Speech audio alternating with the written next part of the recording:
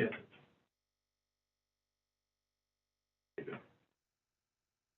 Be unmuted, it's not showing any. Chocolate? No. Oh, yeah.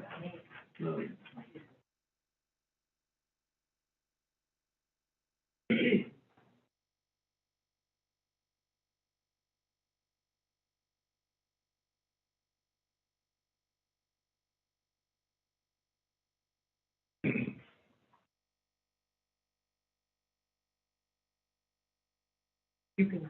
You can hear that?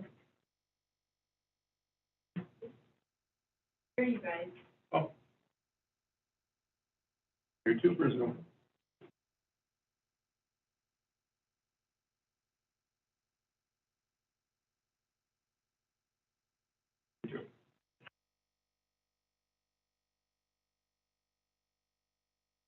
Good morning. I will call the Land Use and Information Committee meeting for October 4th, 2022 to order. Notice has been posted in accordance with Wisconsin statute 19.84 open meeting law. This time, are there any general public comments? If you have comments to make on items on the agenda, you can wait till that time. Are there any general public comments?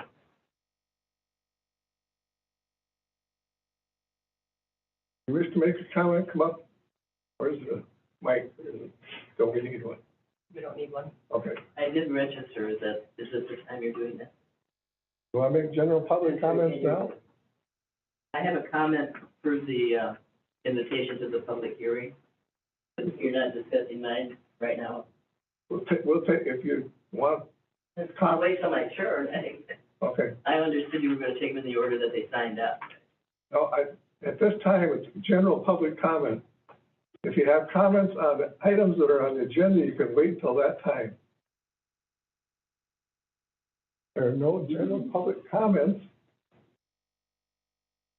There are approval of the agenda order. I'll make a motion to approve the agenda order. Motion by Mr. Payton, Second. second by Mr. Conroy. Are there any corrections or additions? Not all in favor? Aye. Opposed? Carried. Approval of the minutes from the September 6th, 2022 meeting. Motion to approve the minutes. Second that motion. Motion and a second. All in favor? Aye. Opposed? Carried. This time we'll go into the public hearing portion. Jason, would you please read the notice for public hearing? Notice of public hearing, State of Wisconsin, County of Burnett, Tuesday, October 4th, 2022, at 9 a.m. at the Burnett County Government Center, room 165, Town of Enid, Cyrus, Wisconsin, regarding the following: Burnett County Land Use Shoreline Protection Ordinances. Number one, conditional use permit CUP 2206 Radich. Public notice hereby given to all persons in the town of Siren, Burnett County, Wisconsin, that Jeff Radich has made an application for a conditional use permit for the terms of the Burnett County Land Use and Shoreline Protection Code of Ordinances to construct a 70-unit manufactured home park on approximately 31 acres over the next 3 years, located on Laverne Road in the RR3 zoning district, parcel and government lots 11 and 12, section 5, town 38 north, range 16 west. Number two, map amendment MAP 2210 North Camp Properties 2 LLC to rezone Lot 1 CSM Volume 26, page 291, located in the southwest quarter of the southwest quarter and the northwest quarter of the southwest quarter, except CSM Volume 27, page 33, section 34, town 39 north, range 16 west, town of Meenan, from RR3 residential recreation and A2 agricultural residential to RRRC residential recreation, recreational commercial zoning district. Zoning change requested by Michael Hirschberger and Steve Austin on behalf of North Camp Properties 2 LLC.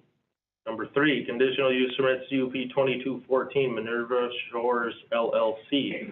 Public notice hereby given to all persons in the town of Swiss, Burnett County, Wisconsin, that Jeffrey Gratz on behalf of Minerva Shores LLC has made an application for a conditional use permit for the terms of the Burnett County Land Use Code of Ordinances to construct multiple rental storage buildings and use the buildings for rental storage located at 29912 Minerva Road in the RR3 zoning district, the south 5 acres of the west 10 acres, in the south half of the northwest quarter of the northwest quarter, section 35, town 41 north, range 16 west. Thank you, Jason. This time we'll move to conditional use permit CUP 2206 Radich. Will the applicant please come forward and explain the application?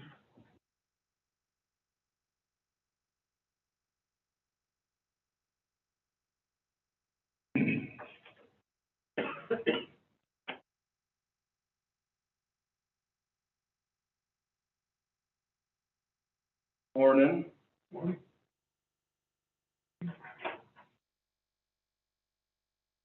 So, thanks for your time, your consideration, your service to Burnett County. My name is Andy Hirsch. My wife and I, along with our 3 children, are residents of Siren.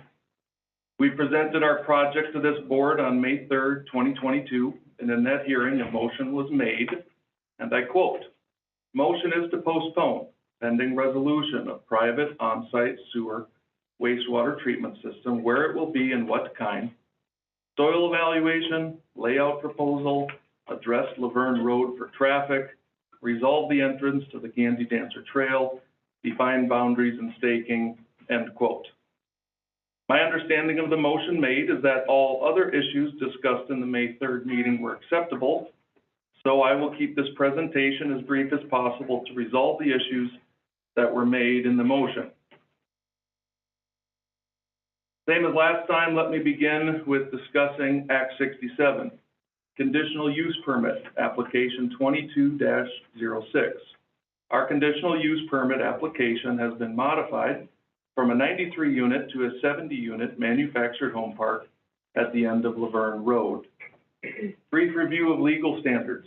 State law, Act 67, governing conditional uses, which includes special exceptions. 1, substantial evidence. Quote, means facts and information other than merely personal preferences or speculation directly pertaining to the requirements and conditions an applicant must meet to obtain a conditional use permit, and that reasonable persons would accept in support of a conclusion, end quote. Wisconsin Statute 59.69, 5E(a)(2). Secondly, permit must be granted if conditions are met. Quote, if an applicant for a conditional use permit meets or agrees to meet all of the requirements and conditions specified in the county ordinance or those imposed by the county zoning board, the county shall grant the conditional use permit, end quote. Wisconsin Statute 59.69, 5EB1. Third, conditions must be reasonable and measurable. Requires that any conditions specified in the ordinance or imposed by this committee, quote, must be reasonable and to the extent practicable, measurable, end quote. Wisconsin statute 59.69 5EB2. The Burnett County zoning code. This project qualifies as a conditional use under code because specific provision has been made for the use under Burnett County Code of Ordinances, section 30-851. The following are the uses authorized by conditional permit RR3 residential recreation districts. Manufactured home parks subject to the provisions of Article 5 of this chapter. Article 5, mobile home, manufactured home parks. Except as otherwise specifically authorized, no mobile home intended for occupancy shall be located in the county except in a mobile home manufactured home park, the plan of which has been approved by the County Land Use and Information Committee. Such parks shall meet the following requirements. I won't review all 15 requirements. We thoroughly discussed all of them in the previous presentation, how our project complied with the Burnett County Code.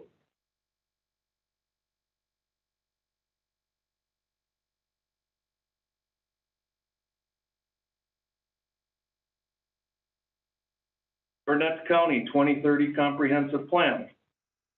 In the previous presentation, we thoroughly discussed how our project complied with the Burnett County 2030 Comprehensive Plan.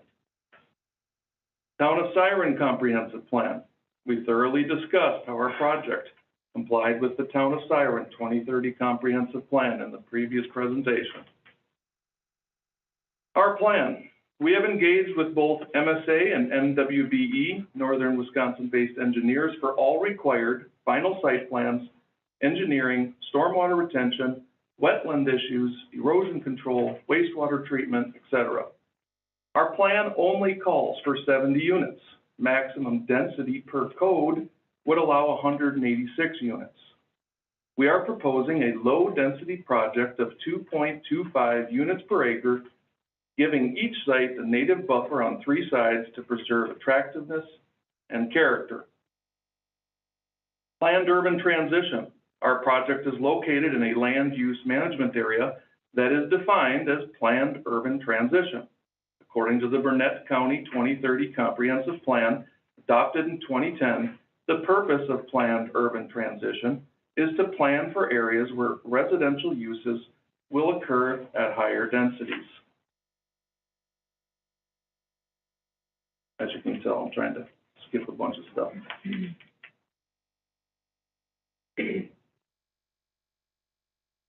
So, getting to the Land Use Committee motion to postpone from May 3rd at the 2022 public hearing with the following items made part of the motion. First, pending resolution of the private on-site wastewater treatment system, where they will be and what kind.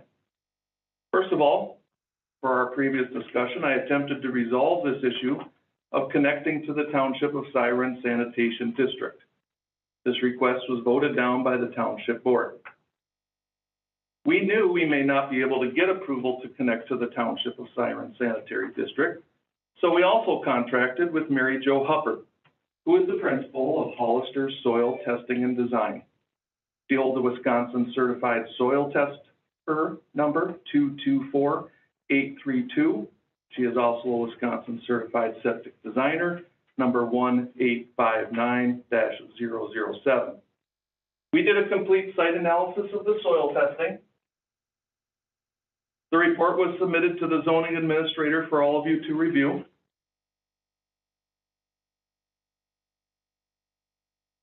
The pumps will be designed to go in the location indicated by boring number 2 and boring number 9, which indicate an in-ground conventional system will work. You all saw our soil evaluation report to go with the test map. From there, we took this project as far as we could without formal submissions. We discussed this project in detail with, of course, Mary Jo Huppert of Hollister Soil Testing and Design, Jason Knudsen, the Environmental Engineer Supervisor with the Wisconsin Department of Natural Resources, Monica Begley, the Wastewater Engineer with the Wisconsin Department of Natural Resources, Katie Petzel, the POUTS Plan Reviewer, Wastewater Specialist with the Department of Safety and Professional Services, Division of Industry Services, and Bradley Johnson, the section chief with the Department of Safety and Professional Services. Everyone was CC'd on every communication, and there was even a group Zoom on August 12th, 2022, to ensure that we were all on the same page. The design of the site and the number of units was all done to comply with the formal process of plan review and WPDES permit. Everyone involved was satisfied with the ability of the project to move forward and that the site would need a general permit from the DNR for on-site wastewater treatment.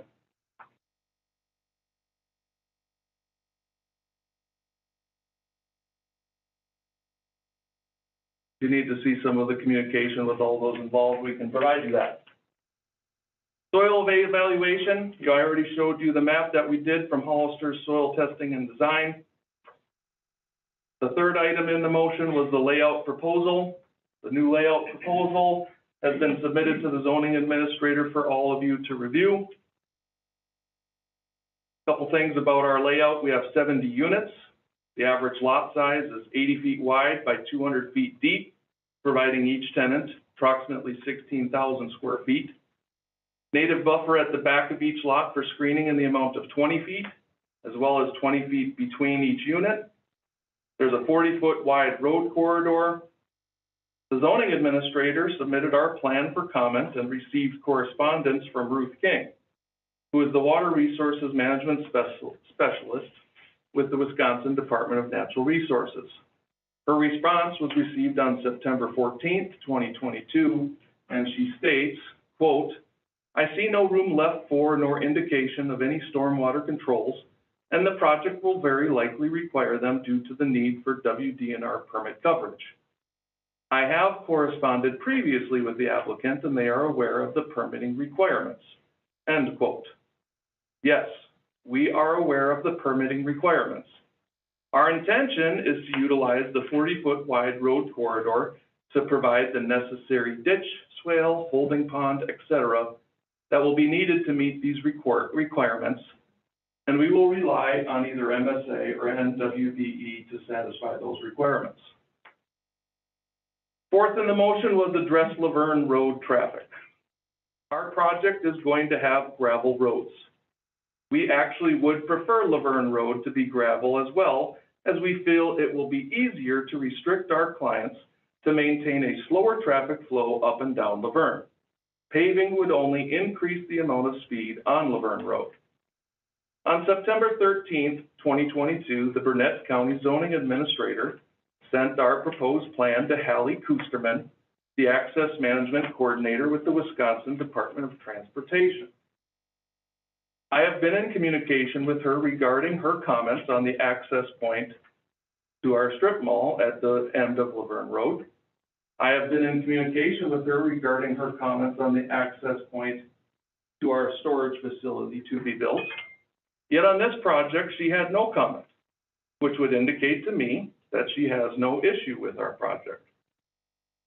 Less than a quarter mile to the south of our proposed project is North Shore Drive.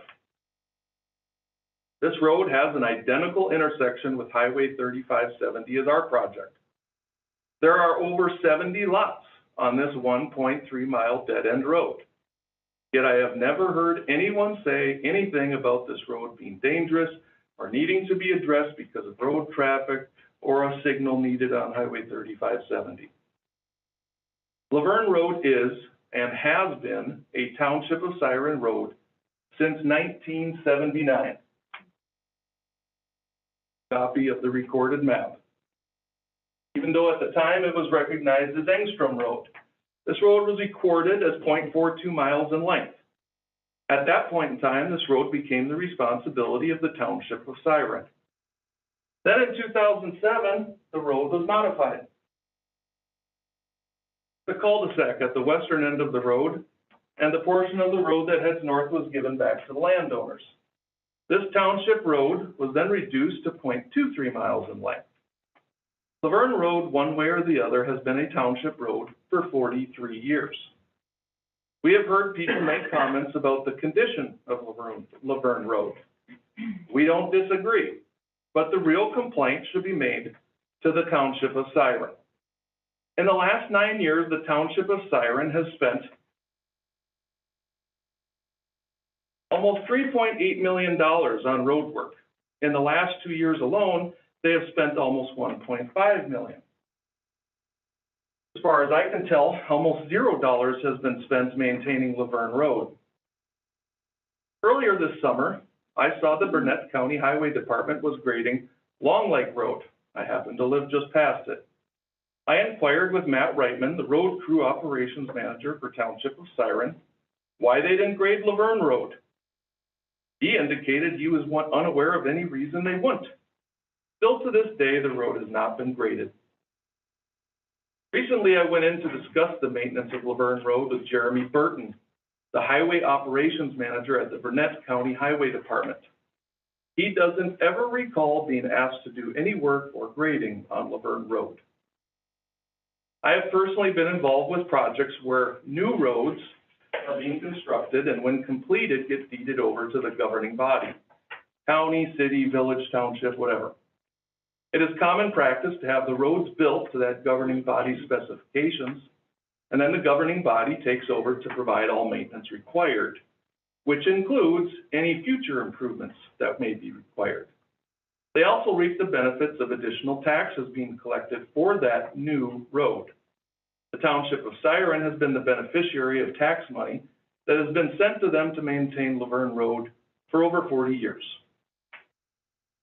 I fail to see any basis for requiring us to upgrade the road when it is and has been a township road for 40+ years. In addition, I would add that according to State Law Act 67, Wisconsin Statute 59.695E1, quote, requires that any conditions specified in the ordinance or imposed by this committee must be reasonable. I don't see it as reasonable to ask us to pave the road. The next issue, resolving entrance to the Gandy Dancer Trail. To resolve this issue, we communicated with Dan Yankovic, who is the Recreation Management Area Supervisor, Bureau of Parks and Recreation Management with the Wisconsin Department of Natural Resources. We also communicated with Jason Nichols, the administrator with the Burnett County Forest and Parks, and Susan Tolander, the Forest Recreation Coordinator with the Burnett County Forest and Parks. On August 24th, 2022, I walked the Gandy Dancer Trail with Dan Yankovic and Susan Tolander to show them exactly what we wanted to do. On September 20th, 2022, we received the following letter, which was submitted to the zoning administrator for all of you to review, which indicates that, quote, Wisconsin Department of Natural Resources and Burnett County are mutually supportive of your proposal to develop a primitive, non-motorized trail access from your property in the town of Siren to the Gandy Dancer State Trail Corridor, end quote. Last request in the motion was define the boundaries with stakes. We have pink ribbons hanging along the Gandy Dancer Trail. That indicates the area, the access point will be between those. Then we have orange ribbons hanging along the property line, which most of those you can see just from walking the Gandy Dancer Trail.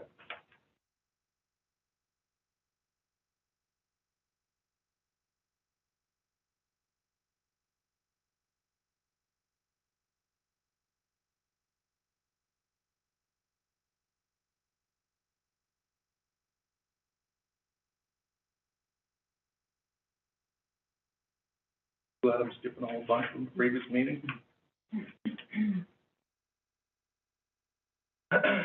So real quick, we've heard all sorts of comments over the last 6 to 8 months about the quote types of people that live in a manufactured home park. I find most of these comments to be disrespectful, biased, and discriminatory.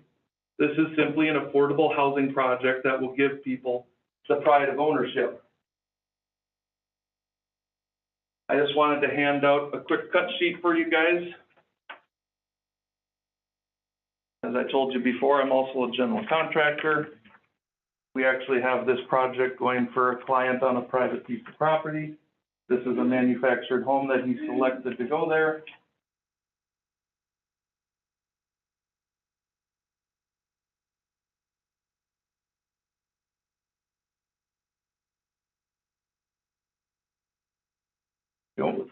I also brought, if you could give me these back, that would be awesome, but these are the couple brochures From the manufacturers, you can see floor plans and kind of options.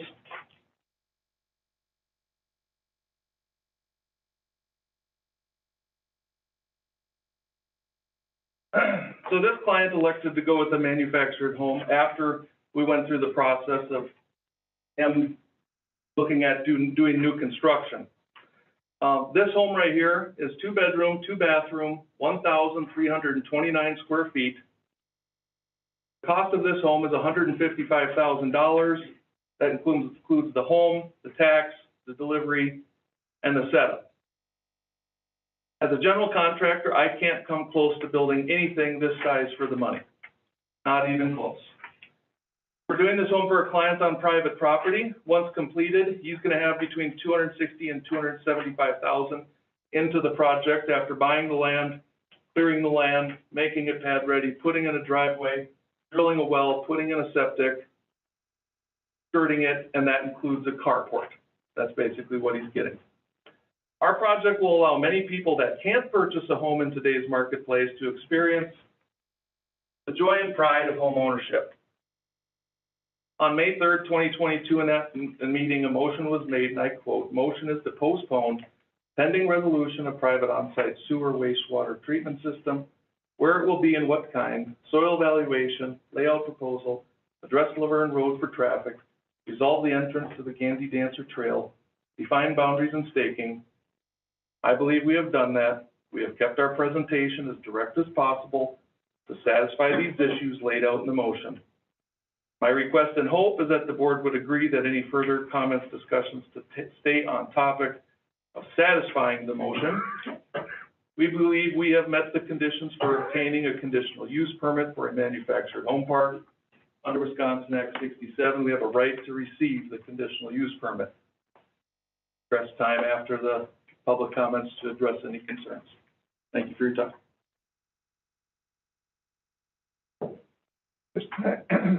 At this time, I'll open the public comment period, and first on the list that I have for public comment is Diane Lund.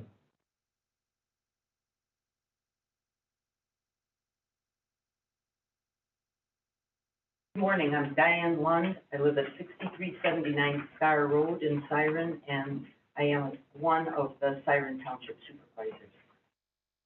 Siren Township has already submitted a letter to Jason Town and the committee members listing some of our concerns that we would like addressed before your decision concerning the CUP is made. But I think it's also important for you to hear some of the concerns of Siren Township residents that have been shared with us via public meetings, telephone, email, etc. I'd like to share these with you at this time and have you take them under your consideration. And these are questions that I have gotten also, and I can't answer them because I don't have any answers. Is this affordable housing? What are the costs to the manufactured homeowners? Is there a cost to the township?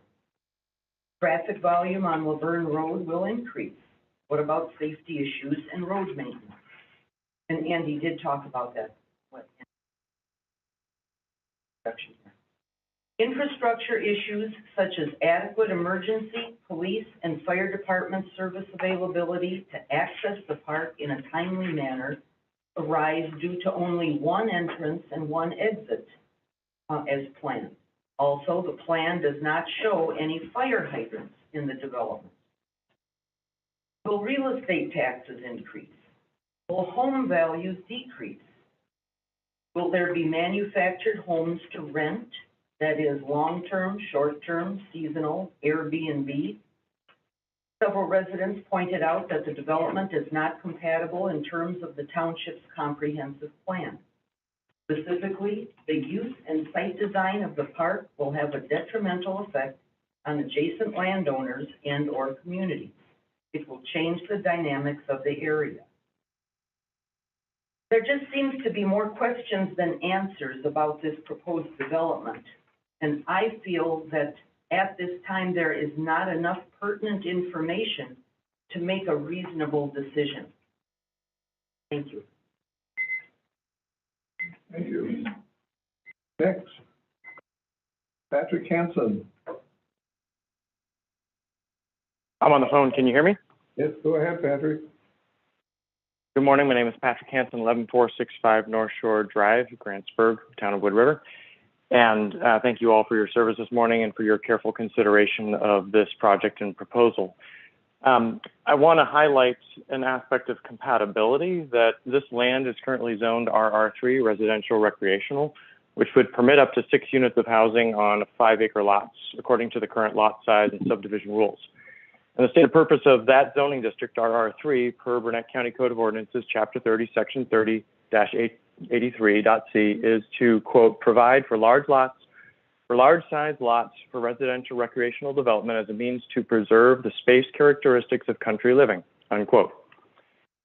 The proposed density here is inconsistent with the stated purpose of the zoning district, especially in particular as you look at adjacent existing uses. So the purpose of zoning is to ensure orderly development and compatibility with the surrounding area, which in this case includes single-family residences on lots ranging in size from 18 lots of 1.5 acres each immediately to the west of the project in a PUD on Horseshoe Drive, which has an additional 8.8 acres of open and public land set permanently aside. So that essentially makes the spacing more than just 1.5 acres per lot. And then there's, of course, the 10-acre residential lot and adjoining property to the east. And so these existing uses are more consistent with the stated purpose of the zoning district. And I think given that context, you start to understand why so many nearby property owners are concerned with whether it's 70 or 93 or however many units of manufactured housing are proposed. It's just too dense.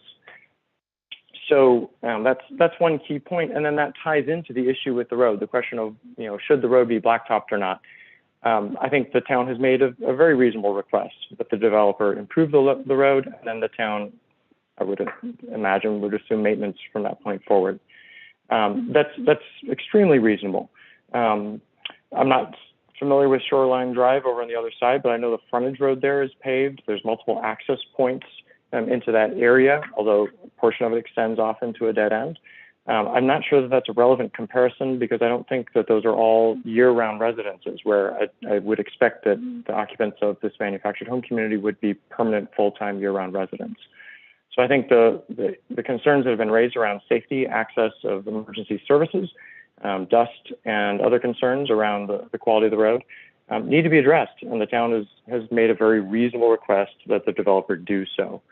So I would just merely ask that the committee follow the town's lead and address the issues as the town has asked, and be sensitive to the adjoining property owners and the compatibility issue there of this high density use. Again, thank you for your time and attention and your service. Thank you.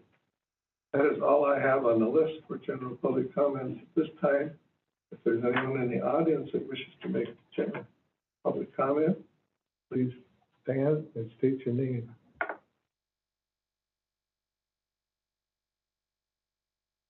Hello, I'm Rachel Thomas. I own and live at 7599 Laverne Road, Siren, Wisconsin.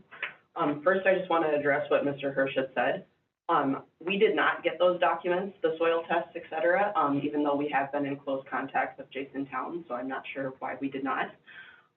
Secondly, as Kim Davis mentioned at the May meeting, right now there are approximately like 8 cars that travel down Laverne Road each day. So right now, no, we don't need blacktop. It's fine. It's not in perfect condition. It's a gravel dirt road for 8 cars. It's perfect. If you have 140 plus more vehicles, yeah, I think it needs blacktop. First of all, I want to thank you all for what you do for Burnett County. Your work is really essential to the future of this region. Regarding Andy Hirsch and Jeff Raddick's proposals, there have been a few now, but all have been terrible ideas for the proposed location. Down a dead-end dirt road with the same entrance and exit point in rural Siren, Wisconsin is not the place for large-scale projects like these. The Siren Township has made it clear that they do not want these projects. They have voted to deny the property's annexation to the town sanitation district twice now. The Siren Township board members have realized that this project would cause detrimental effects and is not what is best for the area. With the proposed density of units and limited acreage to put them on, as it seems that not all 31 acres are developable. Our group knows the person who had logged the parcel in the past, and he states that approximately 5 acres are wetlands and not possible to develop. These units will then be very tightly packed together, which will be a great fire hazard, especially without any proposed hydrants on the parcel. This new proposal shows where sewers may be located, but not where wells would be. With the way it is portrayed in these drawings, it seems as though these people would be living in and drinking their own waste. We have gathered approximately 360 signatures on a petition we have been circulating. Unfortunately, there are pages that we are missing here today, but even the pages that we do have signatures from Burnett County law enforcement officers, Siren business owners, local citizens, tourists, and even a neighboring township's chairman is on it. Hirsch and Raddick stand behind Act 67 like an impenetrable shield. However, it is not. We have done lots of research and have spoken to many people regarding this matter. After speaking with our Wisconsin State Senator, they told us of the amendment to Act 67, which makes it possible for counties to deny CUPs due to any possible perceived detrimental effects. It states that no hard facts, figures, proof is required in which to deny the CUPs. Simply the perception that it could be harmful is enough. But there really is no doubt this project will be harmful for anyone down on Laverne Road, and I would argue to anyone living in Siren. Via Stephanie Lenzine, who is a friend of Dandy Dancer Trail, she is extremely worried about the aesthetics along the Dandy. Thank you. Next. Hello, I'm Elaine Thomas, so Rachel is my daughter. She has a beautiful home down Luverne Road. Right now it's beautiful, it's peaceful, abundance of wildlife. Her property would definitely be severely affected by this development. Hers maybe more so than some others even, with trailer homes bordering it on 2 sides. So we are asking that you deny this CUP today. It's got many issues. Siren, Burnett County Comprehensive Plan states that any multifamily residential development that abuts established low-density residential areas should be very carefully designed to minimize potential negative impacts on existing homes. All neighbors here feel that this development and their lives would suffer great impacts if this were to go through. He thinks that we have a problem with trailer homes. That's not the issue. The issue is 100% the size of this.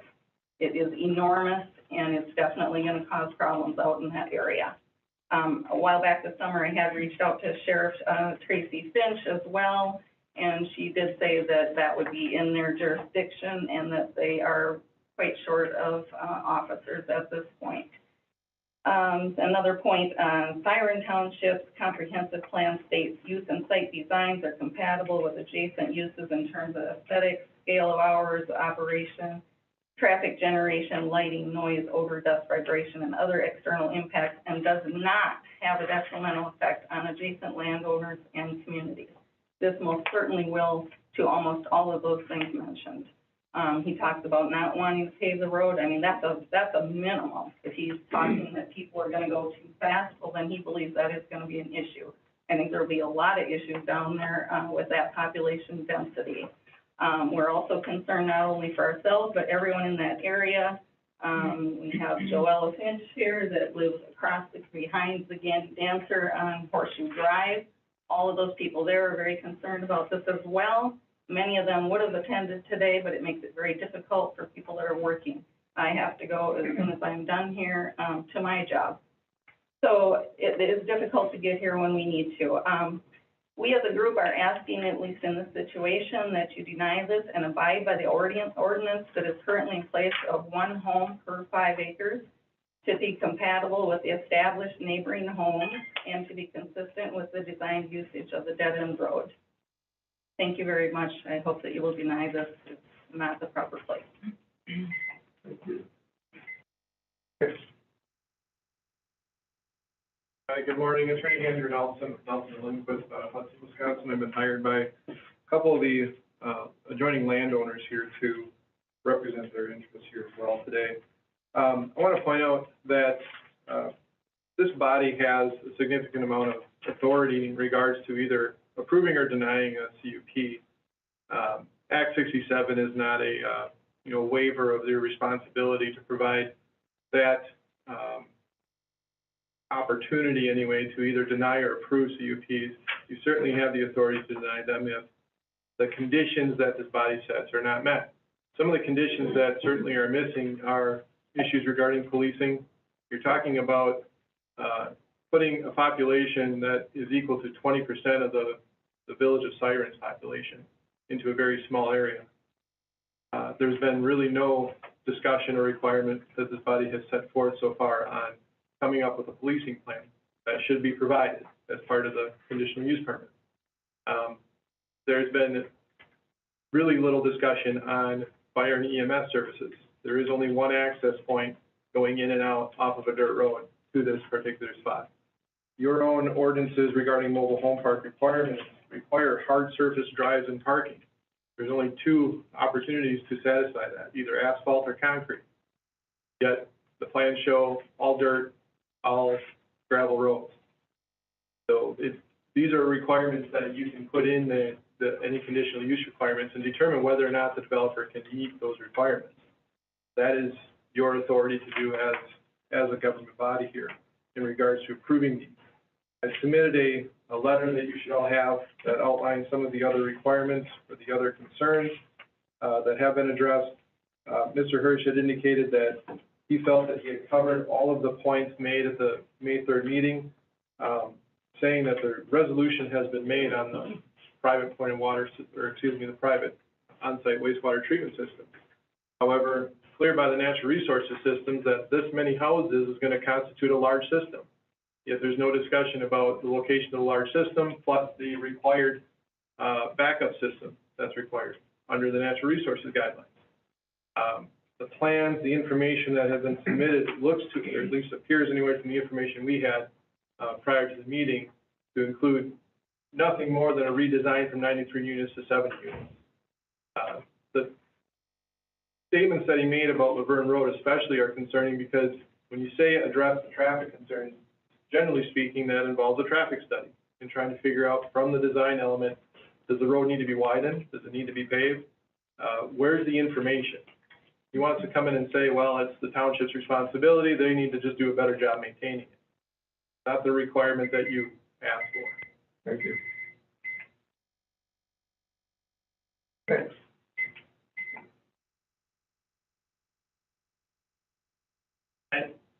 Mike Bentley, lives on 6880 Spindler Road in Webster. Basically, I'm here as a concerned fireman. I've been on the Siren Fire Department for over 45 years. With no hydrants in that area, you're asking for a major problem. Anybody knows we'll be either relay pumping or using tankers and haul water. And with a dead-end road, as soon as you set up a fire scene, there goes any traffic going by. So whoever's beyond that scene, they're gonna try to drive out. It ain't gonna happen. So, and you concentrate that many trailers, you take out the wetlands, take out the roads, you take out the setbacks, now you're probably down to 20 acres, 70 trailers. So I guess I'm more concerned about the safety of the residents and the safety of the firemen. So thank you very much.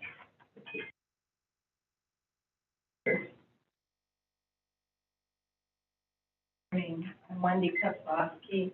I live at 7646 Luverne Road, so we are on the very end of that road, and there's just so many thoughts here, but just what Mike said. So we're at the end of that road, and that is a real concern when it comes to fire. I mean, we're, like he said, we can't get out. We have our property we have 35 acres that's adjacent to where Andy is going to do this. And do I want this? No. But that's my personal preference. That's not, it's fair for someone who purchases property to be able to maybe establish what they want to do with that property.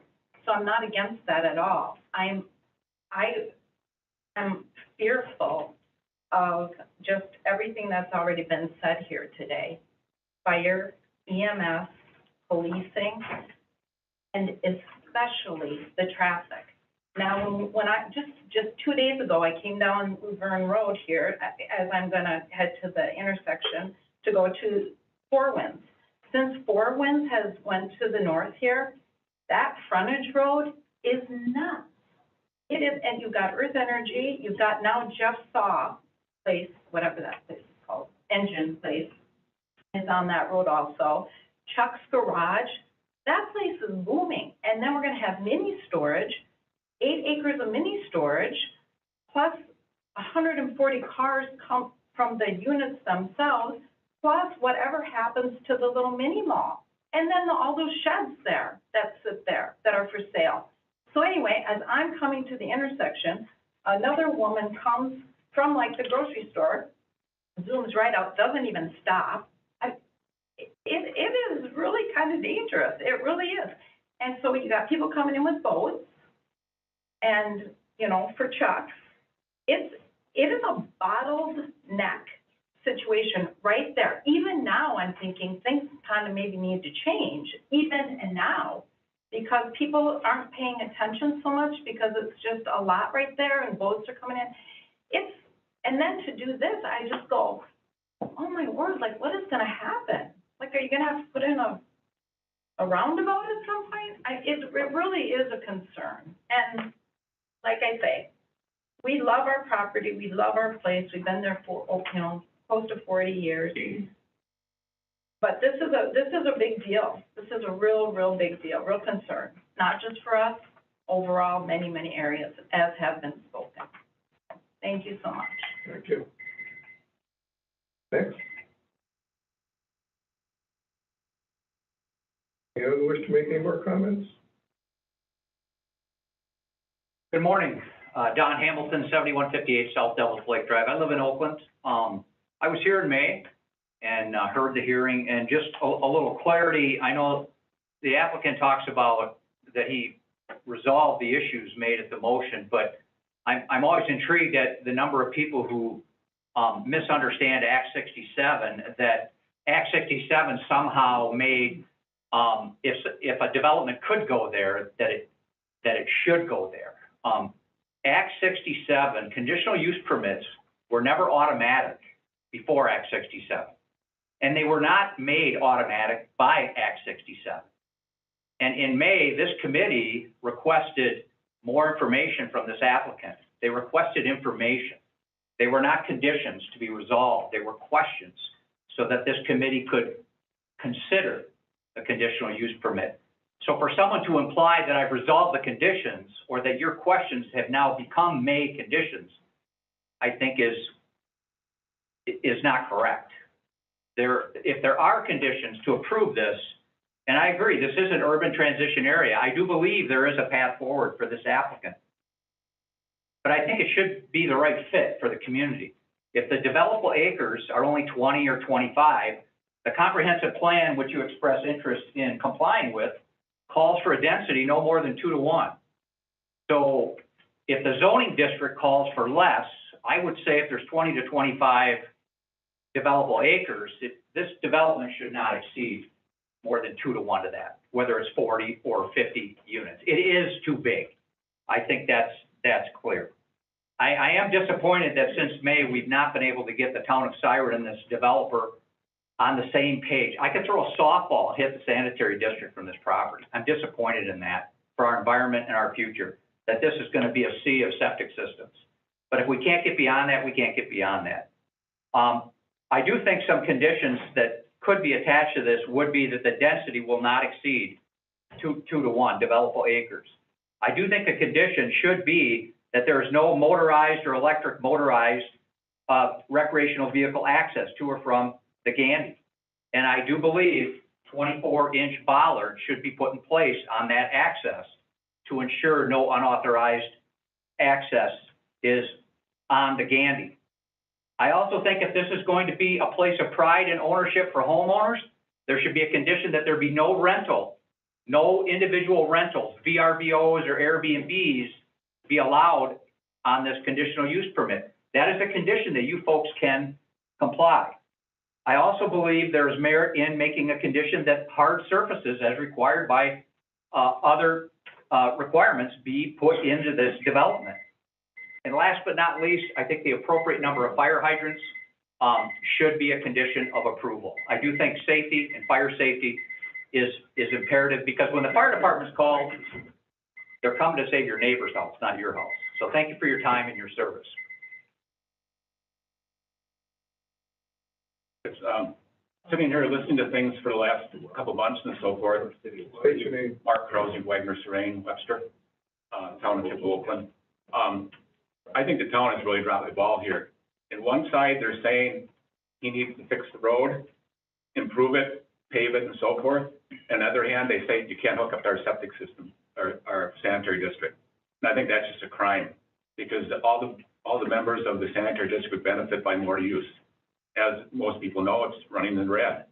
It'd probably run in the black if it had more users. It was designed to run with more people hooked up to it. So I think that's a really big scuff. It's just a matter of whether they want to approve this plan or not. I think the road system will take care of itself. I think when you get this development there with the infrastructure, the improvements and so forth, that is the time to get things paved or taken care of after there's money coming into the project. And you don't want it paved beforehand, because any of this construction would tear up the road, even more so. And the developer would be responsible for whatever damage is done to the road at the time of the construction. So I think some of those things will take care of themselves, but the fact that the two sides can't get together, I would really leave this on the township, because they have things in both of these are in their hands. They could authorize and help work this out. And so I think if everybody came to the plate and worked on it, I think it would be resolvable. So my thoughts and comments. Thank you. Mr. Chairman, can I address that sanitary district question? Not at this time, you can come back. Next. Anyone else wish to make any comment?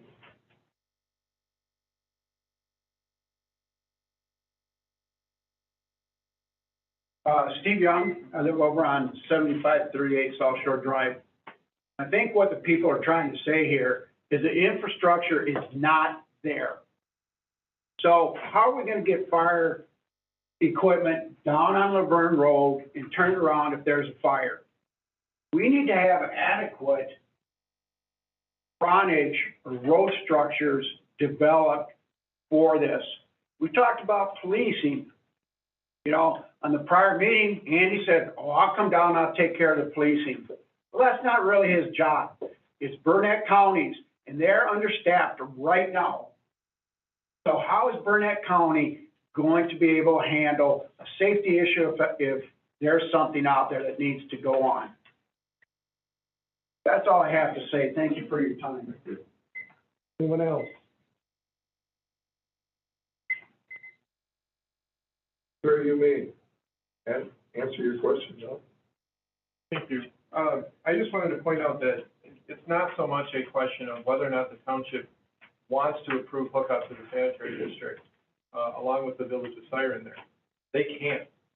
By their own ordinances in the village, the connections allowed are only those located within the corporate limits or part of the sanitary district. This falls outside the township sanitary district. There is no option for them to hook up at this time, unless both the village and the township essentially rewrite their intergovernmental agreement relative to the sanitary district.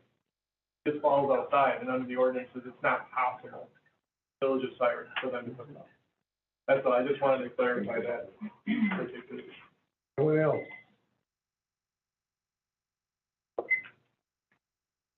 No further questions or comments? I'll close the public hearing at this time. Can I respond to some of their concerns? Yes. Thank you.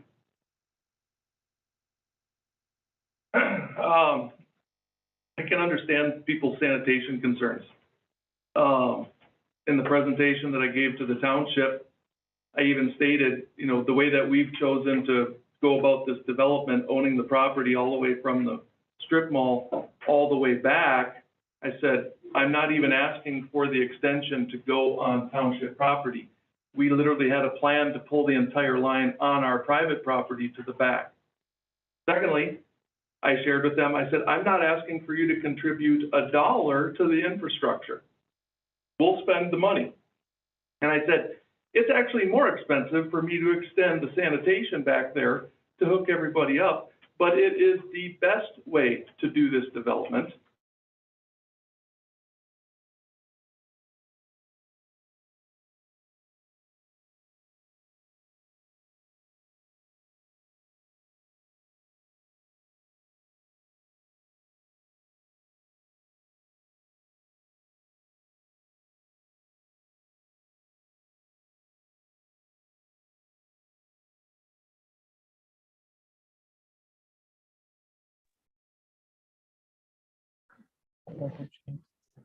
Yeah.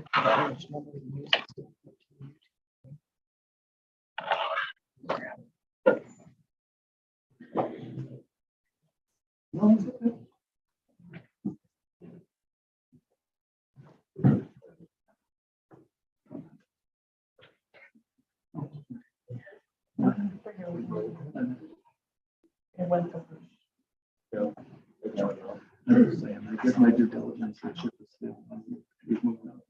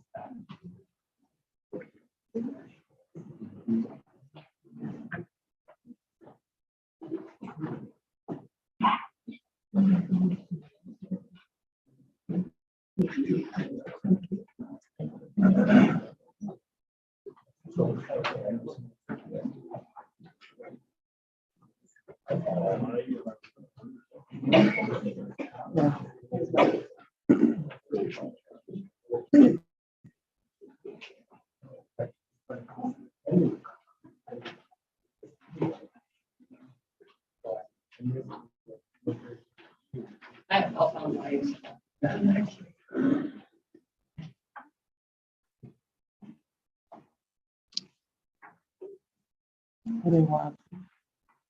What do they want? Yeah, she said she can hear us, but she can't see this. Okay.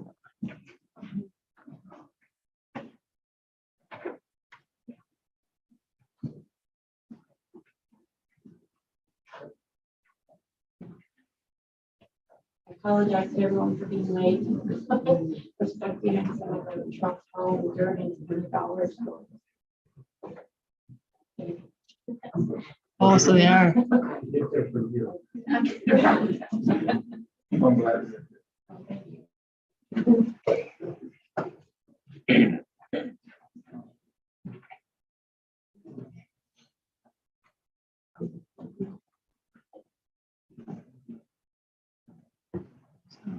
I think we lost YouTube.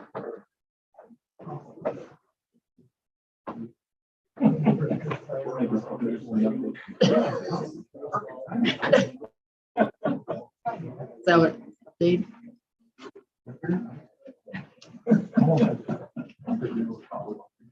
Those supposed to happen at 2 in the morning.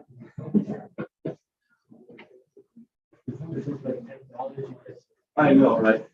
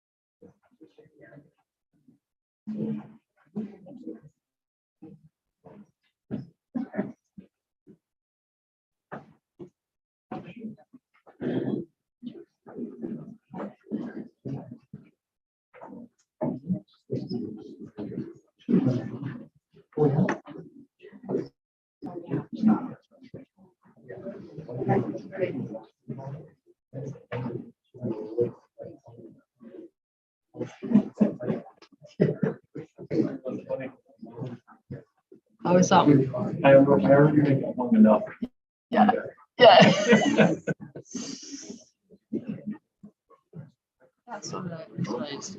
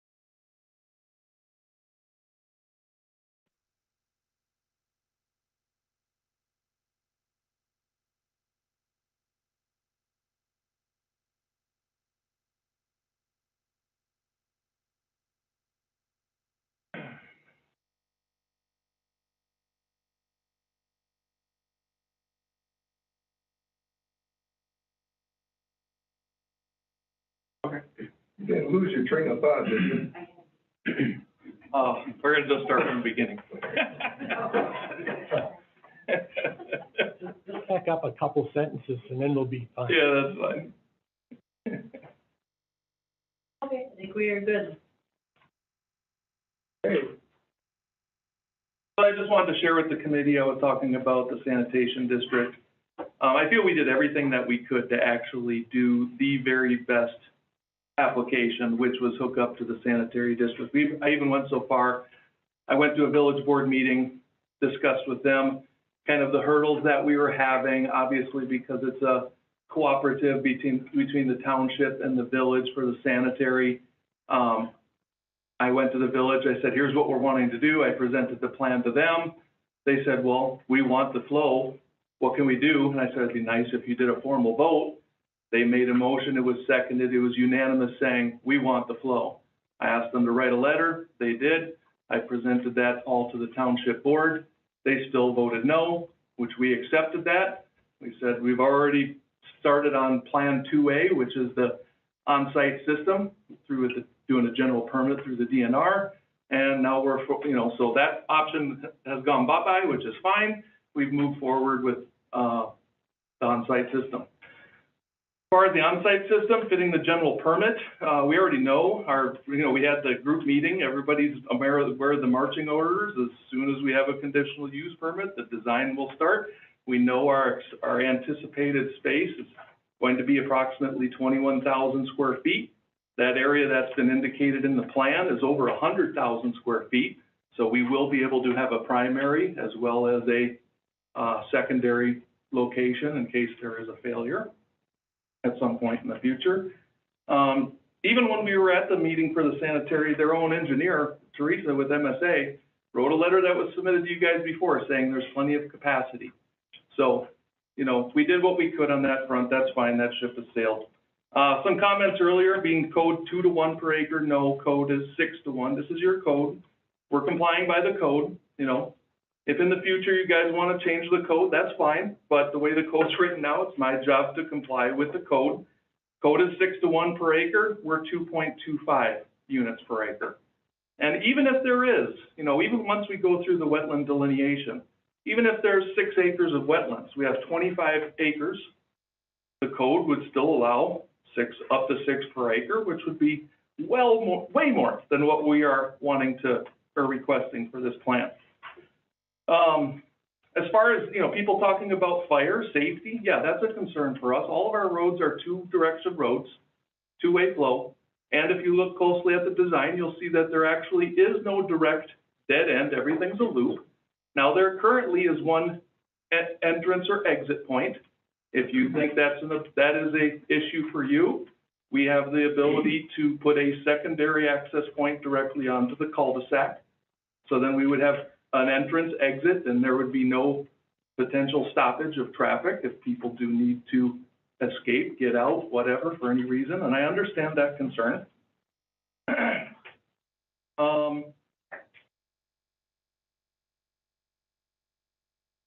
And my understanding of hard surface, it may be different in other counties, and it probably is, but my understanding from talking with Jason and our previous conversations, that gravel in Burnett County is considered hard surface. So that should answer most everybody's questions. I've literally commented on groups online. People have lots of opinions. That's fine. I'm willing to meet and answer any questions that people have. I literally threw out, hey, I'm Andy Hirsch. I live here. This is my development. If anybody has any questions, message me. Here's my phone number. No one messaged. No one called. In fact, the only person who really called me was Scott Thomas, Rachel's dad. When she was looking at the property, our conditional use permits had already been submitted, and he called me up and said, hey, what you got going on? And I answered all of his questions. So before she bought the property, she was fully aware, her dad was fully aware, and I answered every question that he had. So I'm just saying this on the record. Obviously, if anybody has any questions about me, I'm not very hard to find. I live right in Siren, so feel free to reach out. Thank you for your time. Thank you. Any other questions or comments from the committee? Naturally, I have a question. I'd like to talk a little bit more about the septic. Yeah. The house, really. Sure. Is it going to be one really large one, or are you going to have kind of in other words, I'm looking at how you get the wastewater from the unit. Yep. To the drain fields, which is on the highest elevation. Yeah, it is. And you've got about 10 feet, about 10, between 10 and 15, call it, feet of lift from the surface. Mm-hmm. So are you gonna run building sewers to its treatment tanks and then pump tank lifting up to it? Yeah, we're gonna lift everything to that primary location. With the general permit, we do have to do nitrogen mitigation as part of that. We got the list from the DNR about what systems that they have already gone through the process of approving before. They're like, if you want to do something else, you can submit it to us, and if we, approve it, but there's 2 pages of already pre-approved units. So we've already reached out and had some preliminary conversations with them. Obviously, we're not, going too far down the road because, we need to know exactly what we're doing before we give people marching orders. Yeah, because your number at 70 is about 21,000 gallons a day design flow. Yep. Right? So when you're talking 21,000 square feet, my mental calculator, which I'm not trusting completely, will say that you must be doing highly treated effluent then? Yeah, I mean, honestly, I'm leaving that to Hollister's design to design the system. And we walked the property with them and Jackson Plumbing as well. So they were having some conversations with some units that, aren't familiar in my wheelhouse, but obviously I'm entrusting them for the design side of that. There are products out there now that are essentially almost the effect of a treatment plant. They're reducing BOD and, if you're going to take domestic waste, which has certain criteria, and if you're putting that domestic waste untreated into the ground, you're going to need about twice as many square feet. Yeah. So from what I'm coming up, that apparently, without knowing though, apparently the design proposal is to do highly treated waste.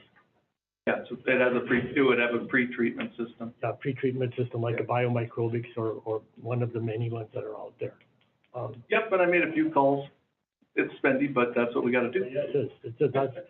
To be honest with you, it's part of why I was hoping by giving you guys time to hunker down and negotiate, you could work out something with the sanitary district, because What you're putting in is an expensive system that's gonna do high quality treatment, but it's essentially a private public sewer system that you're putting in, that level of treatment. You know, so I'm not making an argument for you, but I mean, that's what. I mean, we knew that going in, because we knew we were gonna trigger the DNR requirements for wastewater treatment. Oh, right, could you? So we knew that it was going to be, well, way more expensive than any private residence, even a really big one. This is over the WPDS minimum requirement. Yeah. 12,000, I think. All right, it's gonna be one significant system with a lot of collectors and, you know, you may not get as many as 70 sites, even because of where tanks and stuff have to go and corridors for pump lines and all that, but, okay.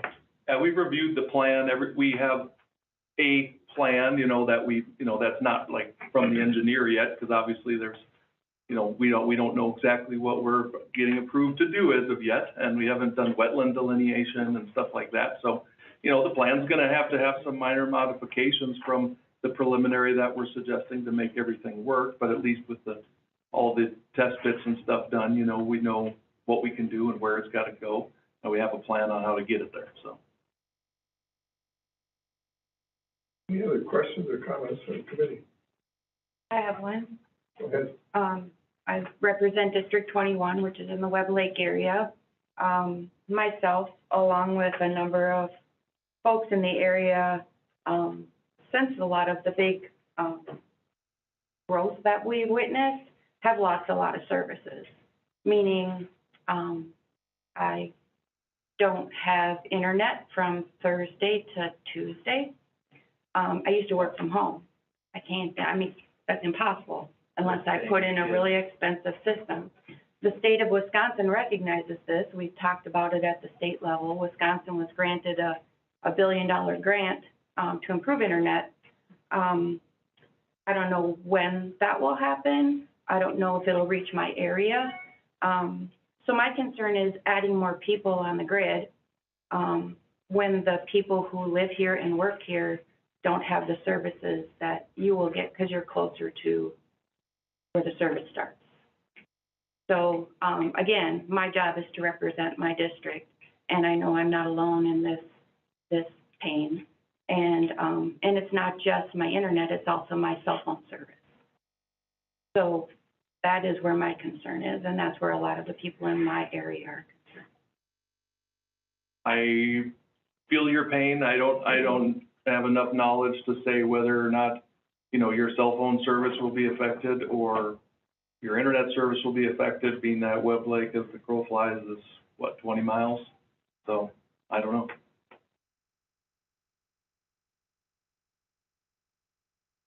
There has been quite a bit of talk about there's a low area, developable area. What are you planning on doing as a result of the low? As far as the wetland area delineation of the lot? Well, NWBE is already in a holding pattern to do the wetland delineation, preferably before the year is out and vegetation is fully died off, then they can't really fulfill it then. Yeah, I'm just wondering about the plan, yeah. Yeah, so if you look at the plan, we indicated off of the plan from the GIS where the indicated wetland points are. When they come out and do the wetland delineation, it is what it is. They walk it around, they identify plants, and they tag everything accordingly. And so the plan was, I'm like, okay, well, let's see if we can redesign the plan to be more directly accommodating towards where at least the indicated points are. And so you'll see in the plan that, we moved roads, we moved some of the units where basically the undisturbed areas incorporate those wetland points. So, but doesn't mean we still don't have to go through the process. We still need to get it delineated and, treat it the way we're supposed to treat it, so.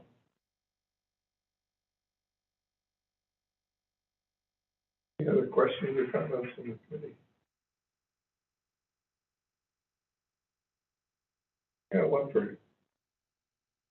Some of the comments we hear from the people, taxes. Now, manufactured home, how is it taxed?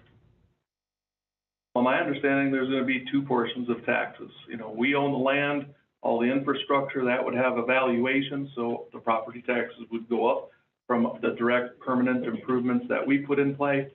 The tenants rent land from us, they put a manufactured home on there, and then they would be assessed personal property taxes. So as far, Personal property tax. yeah, so is there gonna be a direct contribution towards emergency services? Yeah, there will be. As far as if that covers it, you know, that's not up for me to set those rates or make those determinations. Comment on that. It's not a requirement that this be someone's primary residence, and let's say 50% of them live in Minnesota, their personal property taxes wouldn't be paid here, I believe. I mean, personal property taxes, I believe, go to the state that you live in. No, this is different. If this personal property taxes for a manufactured home is paid to the municipality where the structure is located. Okay, do you know the percentage and how it flows down to? I mean, like, does the town get it for road improvements and I think it's mixed in with the pot of general tax revenue. I think when other townships have manufactured home parks and each owner, let's say they assess the unit at $50,000, they're taxed that rate. They just pay it via a personal property tax bill instead of a real estate tax bill. It still is collected by the township, so the township, like real estate tax. okay, so the township assesses personal property tax against, I mean, so. Yep. Okay. So Against, they're assessor. against non-residents. Yeah, they're not, don't think of it like a income tax. Okay. Not income tax. It's personal property tax based on the structure that is sitting there. How much will each trailer house pay per year for taxes? Ours are $5,000. They get away at 300 or what? Whatever they're gonna, that'd be a question for the assessor, I don't know. Yeah, maybe $300, so we gotta pay $5,000. I don't think it'll be $300. If you have a $50,000 improvement on your lot, their personal property tax would be at the same rate. That would be the question, if the assessment, the mill rate and all that is applied to the value of the structure, and it's probably gonna be plus 50 for a dwelling. I mean, this one's Yeah, we're all low income. It's probably gonna be less than a house, but the house may not be valued as highly. That would be the reason, Our lawyer is saying, no, it's not the same. They don't utilize the mill rate for personal property. No, they're separate, they're different. I don't know, I'm not an assessor, so you'd have to ask the assessor. Well, I think it's important to know, I mean, and it doesn't necessarily affect whether this is approved or disapproved, but just, for the additional, infrastructure and, safety, it's like, what is the level of contribution? I mean, that doesn't necessarily affect whether we as a board should approve or disapprove, but just for future planning, it's like, are there large communities that maybe aren't paying their fair share? And then upping, the expense for people who, are already here. Yeah. Just, I mean. I would assume that if the township reviews the numbers and they wanted to have a meeting to change the personal property tax rates in their township, that's their purview, correct? I'm not sure how it works on the township level. Oh, there's how they assess is a whole separate set of rules, I think. My point is simply is that taxes are going to be paid from both me and the people with personal property. No, but we're responsible for, kind of distributing, like the funds that we receive as a county, and, I will try to look up a personal property tax bill from another manufactured home park. Okay. I guess that would be the only way I would. Do we have any comps, like, like how is a similar unit property taxed?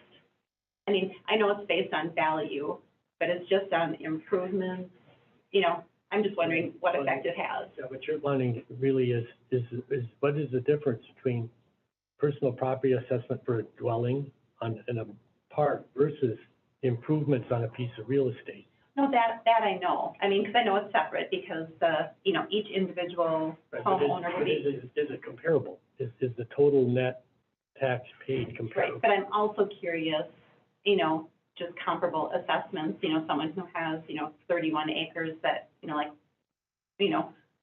what additional taxes could we expect to receive as a county to help pay for infrastructure? I just don't have a comp on the actual land. Well, Jason's looking, I'd like to revisit the road a little bit. Because I think a point was made that's legitimate, is that the current amount of traffic on Laverne Road doesn't warrant a lot of service. Hardly anybody lives there, grade it once in a while, people live with it the way it is. I don't think, it is not uncommon, and you mentioned this yourself, when you're developing, when you create roads, and then you build them to a certain standard and dedicate it to the township, or municipality, city, village.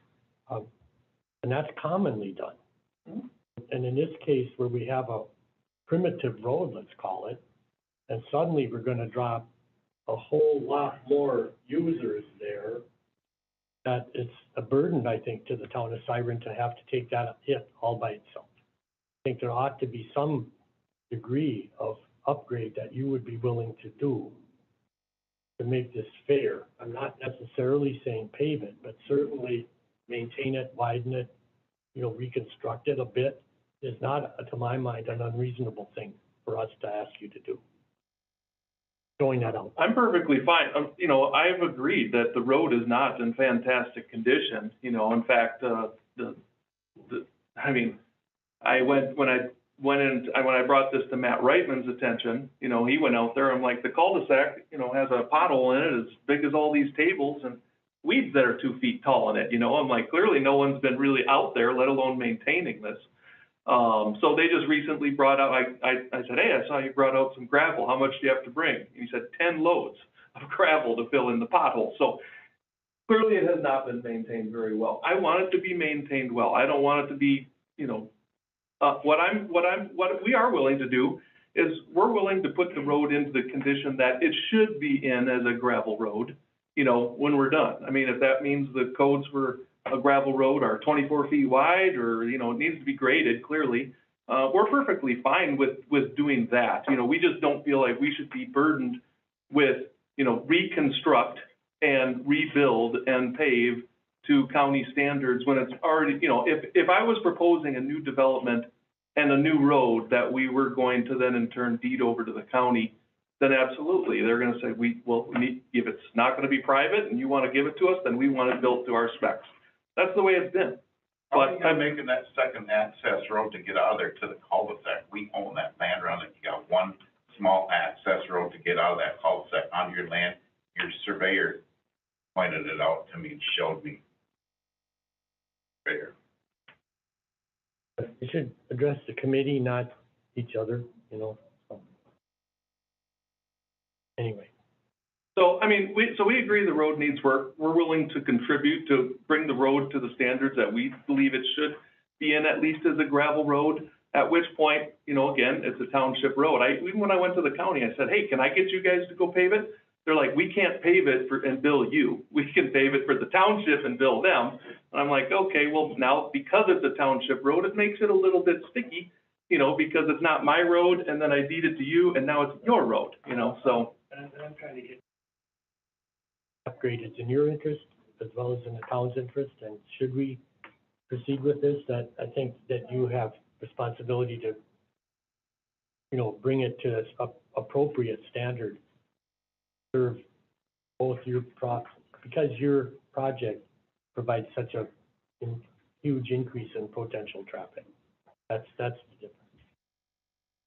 And I do have some questions on, in the original drawings, it showed, the screening for adjoining and for the Gandy.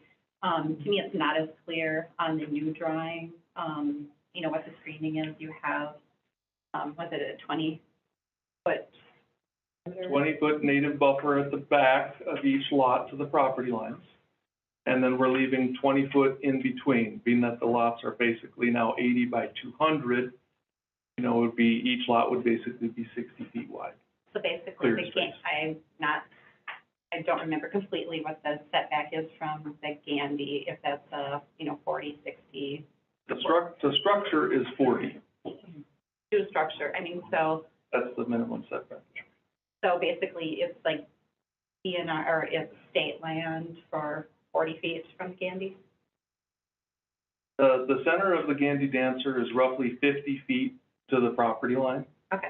And then And you're there'd be gonna do- another 20 of native. And then there'd be another 20 to the minimum that someone could set their unit. I mean, obviously, because we're doing 60 by basically 180 as far as personal space, you know, if they want to set it all the way back because of the way their model's designed, you know, they can do that, but they can't go any closer than 40. Most of them are probably going to be set a little bit closer to the road so that they have more of a private backyard. That's what I believe most of the tenants would probably choose to do. What, if anything, do you have in place? Because it's really not clear. I live along the Gandy, and I don't think a lot of people that live along the Gandy necessarily know that where the state land starts and there's, and what rights they have and don't have. What would you have in place to prevent them, cutting some firewood or just clearing their own path to the Gandy, or? Well, we were gonna have that in our guidelines to living, so that was one of the reasons why we wanted, like, even walking it with, both the reps and walking down there. I said, I want to be able to specify to people that even if you are on a property that's bordered, the Gandy, we don't want 20 personal private trails leading off onto the Gandy. And so they agreed that, that's why they're like, this is why we want to be able to make, decisions on who has access point, who doesn't. It was interesting walking the trail with them because they're like, look at that, a cleared trail all the way down here. And they're like, we know there's no permits here, so, I'm trying to comply and do things right. One of the things that we agreed to with them, and in talking with the Burnett County, is there won't be any snowmobile access, at this point. That would, if we wanted to go that route, that would be a completely different submittal to Burnett County. The DNR doesn't have any, I guess, care one way or the other, so. But, so with that being said, we're gonna do we're gonna restrict the opening, so that, it's not gonna be, they don't cut it 8 feet wide, and I'm like, you got it. So basically, they're gonna be approving, what we're doing for a trail. I just told them, I said, I just want 2 people to be able to walk side by side and a kid to safely ride a bike, from our park down in. You could go up to it and go around a half barricade and a half barricade, so to speak, so that a vehicle couldn't go through, but a person could, or.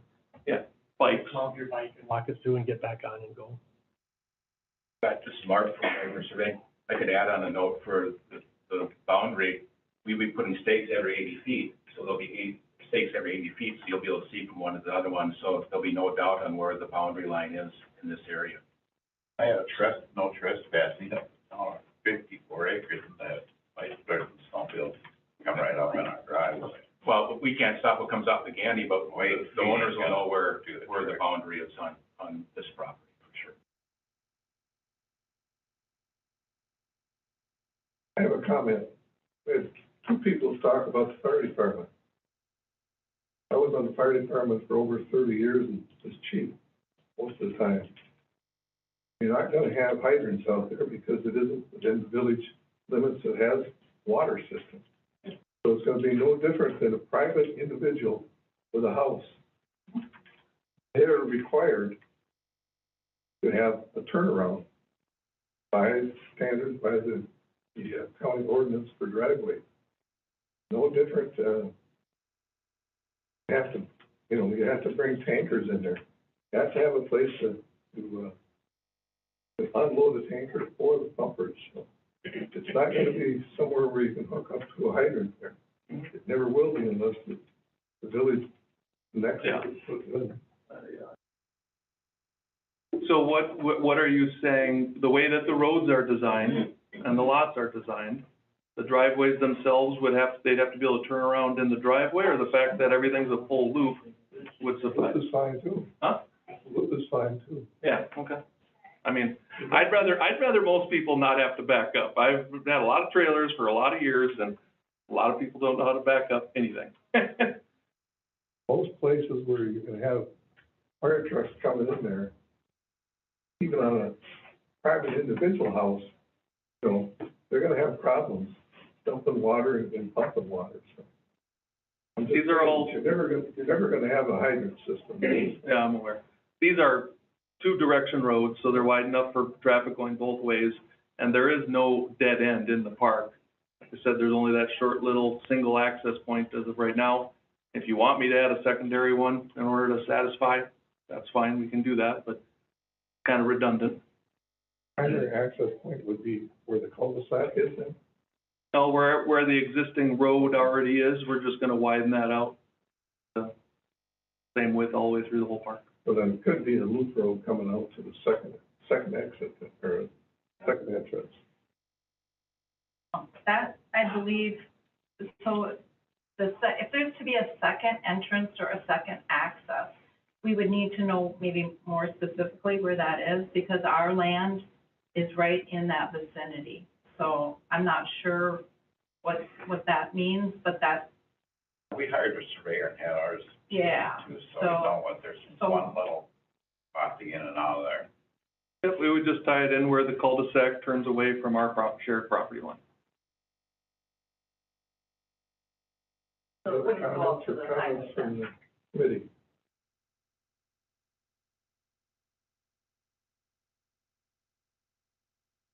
And that is why you want our land, but our land isn't for sale. Comments from Jason? So I looked up, I found one in the town of Grantsburg, improvements on leased land, so that's what a mobile home is. The example I found had $89,600 in value, and their property tax, or their personal property tax bill was $1,415 for a $90,000 manufacturer. That was part of a manufactured home community. I don't know. I found I had to run the tax roll, because you have to search personal property by name, Okay. and I don't know who owns manufactured homes in the county. So I just did the tax roll, and I looked at one, and it's $90,000 in value, they paid $1,415 in taxes. And that was just on the personal property, not the Yes. land. The land. Yep. That was just individual property, not part of a community. Just, that's like this one individual, so probably not part of a. Yeah, that's, But he's renting it. You said, you had in, you said that, you don't know that. I don't know the details, I looked it up. There's a person in the town of Grantsburg that has a $90,000 personal property tax bill, and they pay $1,400 a year in property tax for that $90,000 item. And we don't, I mean, you know, or it's your assumption that it goes in with all the other tax dollars? Well, the tax bill comes from the township, and it gets paid to the township, so I'm assuming it goes into their tax revenue. I mean, I'm not on the town board. Does the town board have a special kitty that money doesn't have to I count? don't know how it filters, but like, I don't know how they do with it. I'm sure it goes in the general fund. So all things being equal, if every unit was appraised for personal property taxes at $89,000, and if the personal property tax rate is the same from Grantsburg to the township of Siren, that would be $99,000 a year in personal property tax going into the Siren of Township. Call it the kitty, however it gets distributed. So to me, that's, you know, the purpose of where money comes from to make determinations of improving the road. That's why I'm kind of like, if I do this project and generate an additional $100,000 a year in perpetuity, forever for you, you know, that's where that's where they should be making the decisions of what roads are we gonna pave and when are we gonna pave them, or even repave them. Like Lynn, just, you know, that got repaved this year for $300 and something thousand. It was already paved, you know. The counter argument is that they're strapped, all the towns are strapped for money and have difficulty in raising, assessing to gain more. So it's after the fact, you know, so the initial development needs to be adequate to support it until that revenue stream comes in to improve it further. So, Well, of course, that's why I'm making the argument for ourselves on this side, is because in order to build it, someone's got to pay for it. That's us. So we need to build it, expecting that people are going to come, and then it's going to take a while to even get the project to run in the black, just with, you know, like you've already talked about, the sanitary costs. You know, there's a lot going on there. When it's all said and done, at the end of the day, whenever it reaches maximum capacity, the township's in good shape. what is the bridge to get there? Right? I have two semis running in and out of that road there, have 30 years, and if it's blacktop, is that gonna affect that? We probably maintain that road more than town. So what do you do about that? What happens then? Can you be stopped from going home, or how's that work? Don't believe you can, but loads home.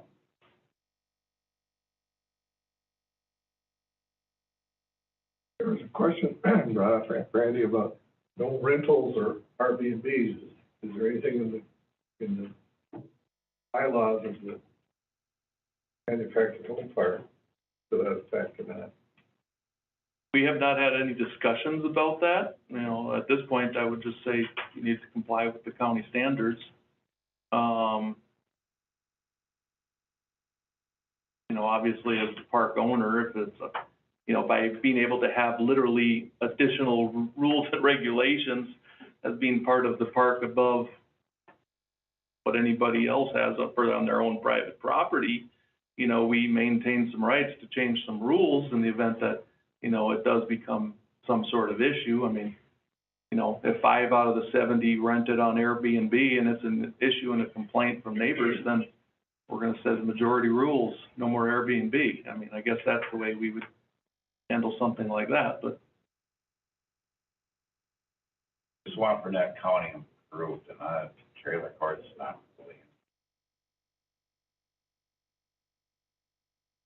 Any other comments from the committee? I wouldn't say this is, real quick, I wouldn't say this is low-income housing. You know, we're not building it and then, hey, $1,000 rent, you can move in with a clear background check. No. You know, if you want that $155,000 model, you need to go down to the manufactured home park. You need to qualify for the loan. They say you got to put 10% down, that's 16 grand. So, you know, these people are, whoever's going to end up participating and being a member of our manufactured home park is going to have some skin in the game, you know, being that, you know, they have to buy their place and they're going to have to qualify. That means they're going to have a job. I refer to it as affordable housing, you know, with lot rent, and I mean, what would qualify as affordable affordable to whoever has the money, I suppose, but, Their smallest units start around 80 grand. You can go all the way up to 4 bedrooms. So, and then you know, people potential can lot spend rent, over. you probably don't know if this is, you know, potential lot. I mean, I'm just looking at the needs of Burnett County Sure. too, and, you know, what potential qualifies as affordable housing, and so potential lot Well, rent. our analysis to move forward with this plan was around 300 to 320 per lot per monthly rent. As far as affordable, I say that from a place that me and my wife are also both realtors. You know, so we're out looking at the market every single day, showing people houses.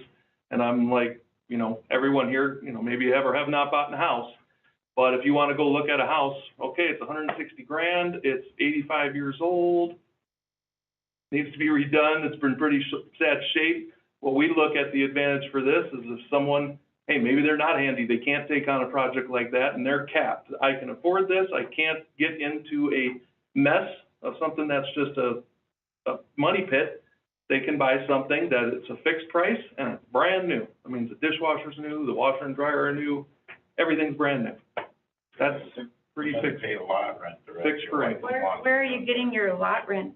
Where did you come up with that number? Do you have experience that you've had a place like this before and that's what they charged? Or, because to me, it sounds like with all the things that need to be inclusive in this, including the very expensive septic system, we haven't even talked about where you're getting your water from. how are you able to keep it that low? That's what our projections are as far as being able to cash flow the property at a reasonable break-even point for occupancy rate. And whenever you build any project, you're like, you have to build in, I have a certain amount of time, I have a built-in occupancy rate, how fast I fill, and I have a certain amount of burn till I get to breaking even and being in the black. So that's all part of the business planning side. That's what we're projecting for lot rent. You know, can the market change between now and then? Sure. As I look at the perimeter drawings, looks like you're planning to leave a certain amount of, vegetation. Is there, I mean, like, are there trees surrounding most of it, or are there areas where there would be open space, you know, adjoining, you know, Spaghetti or properties? Spaghetti, I think, is fairly wooded, but any of the adjoining properties, like, are there areas where there isn't natural screening? Every lot will have personal space with 3 sides of native buffer. We're not even gonna take a weed out type thing. You know, we wanna leave it as organically woodsy as possible. The only spot that we have to do additional, kind of clearing is where, of course, the treatment system is gonna go, but that's pretty much on the interior of the entire project, so. I guess what I'm wondering is, you know, visibility wise, is it mostly wooded, or are there areas where essentially, you know, the neighbor would have? That needs screening. Mostly wooded. I want it mostly wooded, so that's kind of the intention. I mean, As it is wet back there, I trucked the wood off there for the logger that cut the land. Fair amount of wetland in there. When it rained, you couldn't be back in there for 2 to 3 days, you couldn't get in there. There's wetland in there. I'm aware where the wetland is. I've been on the entire property, so. I got a question for you. CUP is for a 3-year period. I don't want to get into the same thing we had last month with someone that had one that was ended a 3-year period and he wasn't done with the project. How long do you think the project is going to take? It'll probably take, we'll end up building our schedule where it'll probably take like a 16-month build cycle, because obviously once it freezes up, we can't do much. But we need to be able to open, you know, we don't want to be opening October 1st. You know, people aren't going to be able to move in. We'll have a park that's turnkey and ready to go, but no one's moving in for 6 months. So, you know, we haven't built out a build plan as of yet. That we have a few people on hold as of right now. There's some of the work that I'd even like to get done this fall. But I just didn't want to run into the, spend a bunch of money into getting stuff done there, and then say, oh, the 3 years is up, you know, you got to shut her down. No. no, you know, the thing is once you break ground and you're on your construction loan, you know, time is your enemy, you know what I mean? So. I think we'd have to define what done is here, right? Yeah. So that would, to my mind, mean roads built, sanitary system in and operational, power available, wells drug. You're gonna put in at least one high capacity. We have, the current plan is that we've discussed with the engineers is to have multiple wells and have those systems built in a multiple looped capacity, so that in the event that one well does need to be serviced or anything like that, we can isolate a well and still feed the entire park. So that's kind of the intention. Of course, when you drill a well, you're like, well, how much water is it going to produce? Because we know that there's going to be a mathematical calculation to how much water we're going to need available. But if we dig a well and it gets 25 gallons a minute or 60 gallons a minute, you know, it's going to make some determinations as far as, you know, if we need to do 2 or if we need to do a third one. And my point just being that the completion of that infrastructure to serve the park would be done, not all the units occupied. No, I would assume that, you know, water's in, electric's in, sewer's in, it's all operational. I'll take lot 52, my model's already on its way, you know what I mean, type thing, and they can set it, move in and live in it. Get those things all done within the 3-year limit. Oh, yeah. I just don't want to run into something in the last month. No. Let's just say something. There was a question here about the age of the mobile homes and whether or not they could be restricted to newer homes or 5 years or under. I just want to make sure the committee's aware of, Wisconsin statute,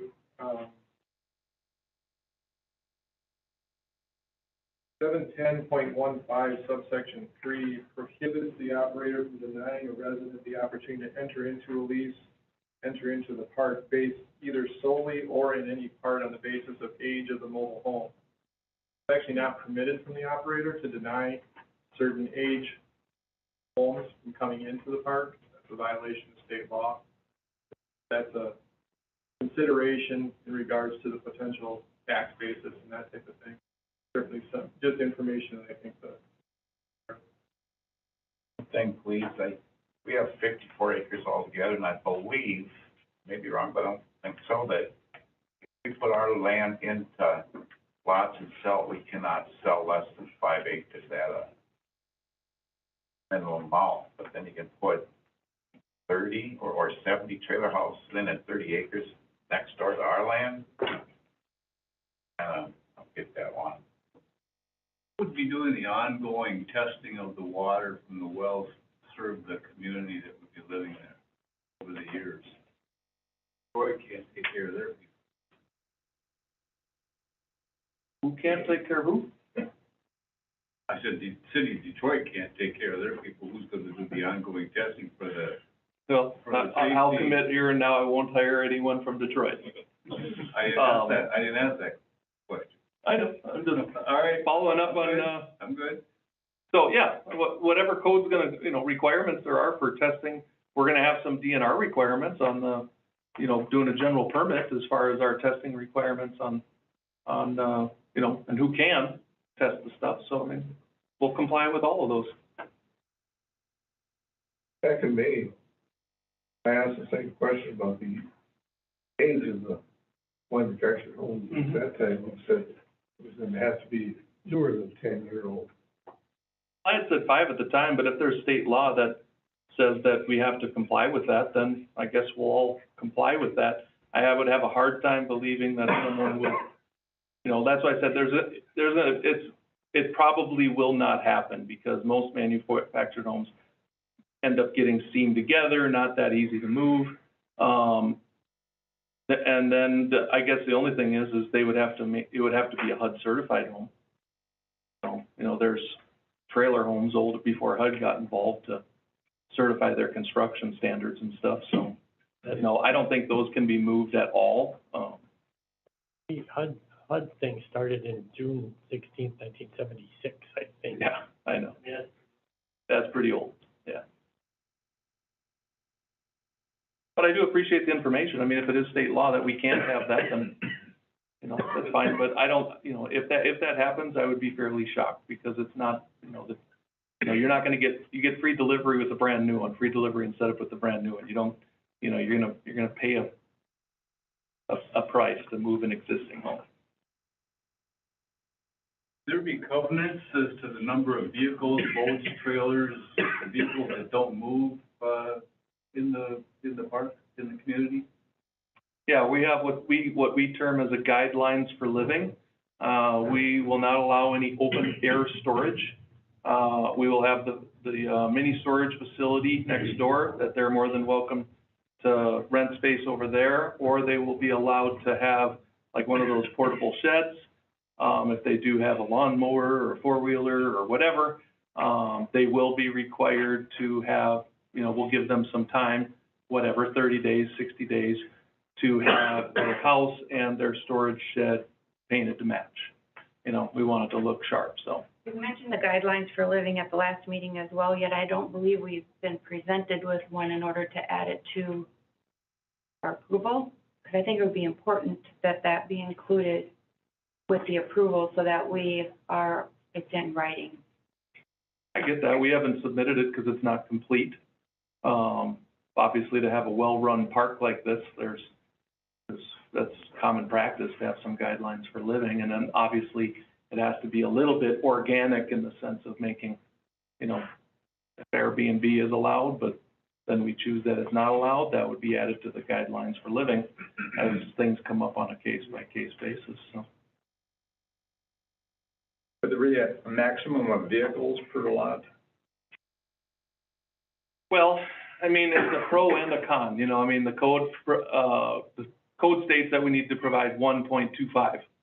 Obviously with larger lots, they have more capacity to, you know, like I got 3 teenagers, 16, 17, and 18, so I feel like I got a used car parking lot at my house right now, but, you know, I mean, you know, again, that's probably a case-by-case basis. I mean, if you say people can have a 20-foot wide driveway and it's 40 feet deep, and then they end up with 6 cars out front, I mean, we may have to say, hey, man, you know, this is getting a little excessive, I don't know, you know, but that is a good question. But I would say that would probably be handled more on a case-by-case basis.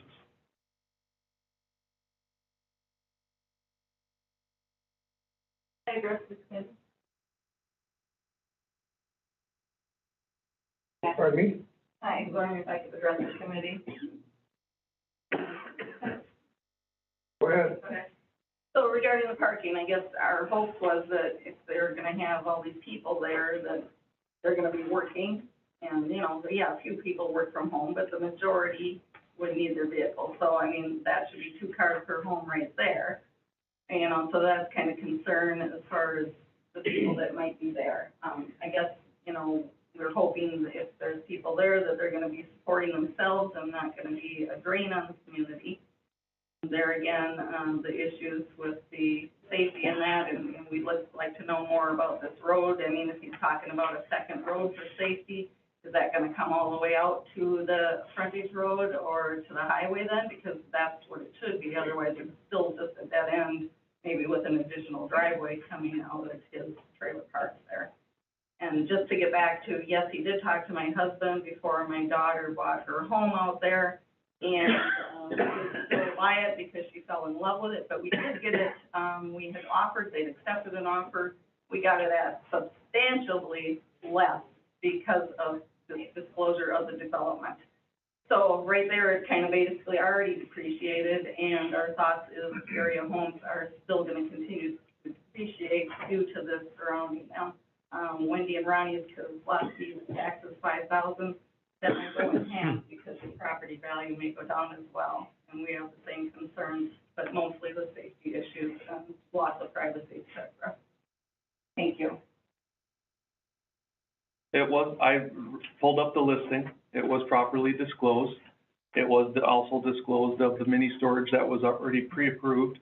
And, but yet they still paid more 1 year later for the house than the previous owner did. So the case of it depreciating, I would say, is questionable at best. Any other comments from committee members?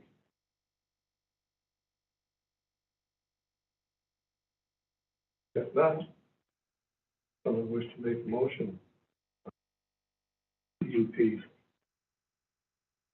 Have you closed the public hearing? Yeah. I close that. I guess one question is, and maybe I missed this, but was there any discussion about a storm shelter being built for the residents there? No. That may be a condition that the committee went.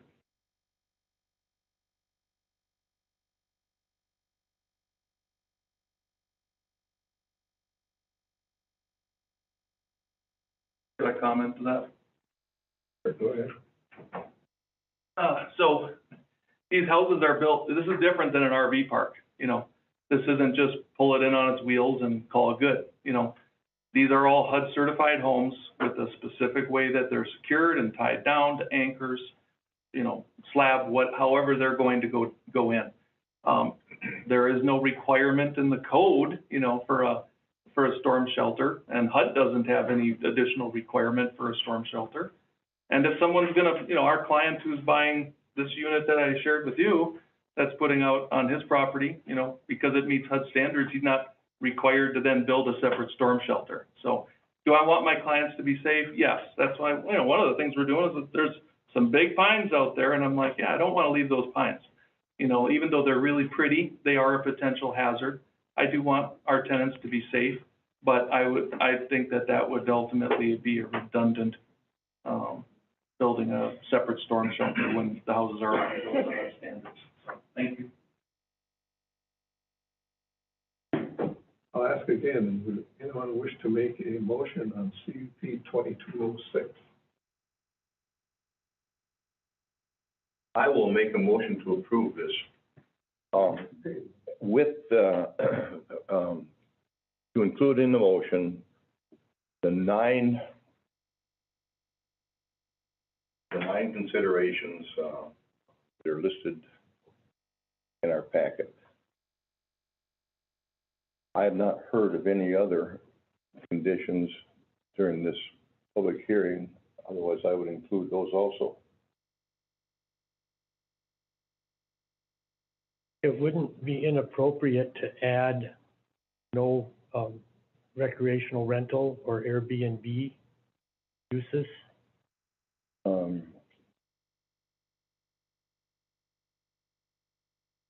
I think he addressed that as not being part of the, Well, that would not work. you did, but if you don't make it if it isn't a condition, it's just a suggestion. Just a suggestion.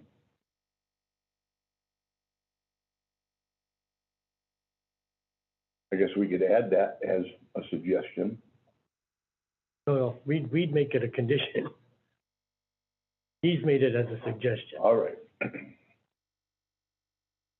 So that would be a hard and fast condition. I'm just suggesting, I think at this point, if we're contemplating making a motion to approve, we should go through the conditions first.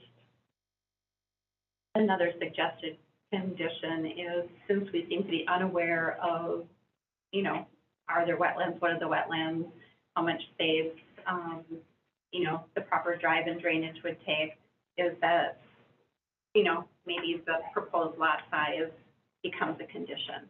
I mean, so, not that there's 70 units, but that the proposed lot size is a condition. I'm wondering if 70 units are still too many. Well, what I'm saying is, like, it would probably be less than that, but that could also be a condition that it's, Maybe, you know, I'm of the opinion that wetland delineation, need for the treatment system tanks and other things may eat into the number of sites. And while it's clear that you could squeeze them more together and make the site smaller, I would be more inclined myself to add another condition of a total number of something less than 70, maybe 50 or 60, but still cut it down some more to assure that the density remains fairly large for a manufactured home facility, and allowing for the fact there's probably going to need to be some more areas that are not suitable for ads. If, in other words, I'm still looking at whether I want to vote to approve or not, but if it was a little smaller, I'd be a little happier with it. but even smaller, I would like to have have the minimum screening and lot size be also a condition, because it's like, so you allow 50 and you find out that 50% of it is not developable, then it could just be, I mean, I just want to, ensure that we maintain. Yeah, that would be another possible condition, would be that the lot sizes are but no smaller than as indicated, and then other areas may restrict that. And maybe more specific on this screening, because, he just indicated cutting down large pine trees. And it's like, not that I disagree, for safety reasons, but for safety reasons, are you gonna end up clear cutting the lot? What is left natural, what is not left natural, what is deemed dangerous, what is not deemed dangerous? Just out of concern for, the Gandy, and, and if there are areas where enough is removed, would something need to replace it to, ensure a buffer between the Gandy and neighboring properties? So those would be suggested conditions if we move forward. I might have missed it. Has there been a second to the motion? Well, there hasn't been.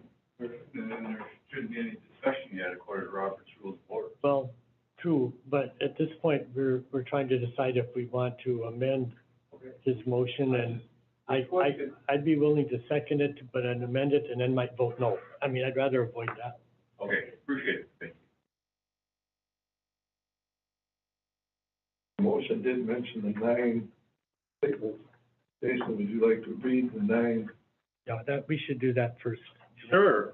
If considering approval, then the following items may want to be included in the motion. 1, a complete manufactured home park map shall be completed for the entire site and filed with the zoning office, signed by a licensed architect, engineer, or surveyor, which shows the manufactured home park layout, location of all buildings, structures, roads, property lines, setbacks, screening, water supply, sanitary lines, utilities, recreation areas, and any other information, the land use and information committee shall deem necessary by 10/1/2025.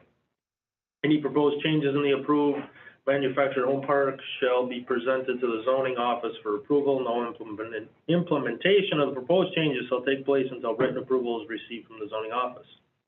2, manufactured home park units to meet all local, county, state, and federal requirements. 3, if the committee wants to require additional screening, then they need to be specific with the type, height, width, location, et cetera.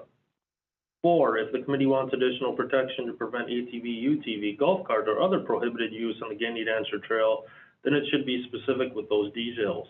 5, each manufactured home park to be connected to a code-compliant pump system. 6, a copy of the state manufactured home park license must be provided to the County Land Services Department within 3 years of this approval.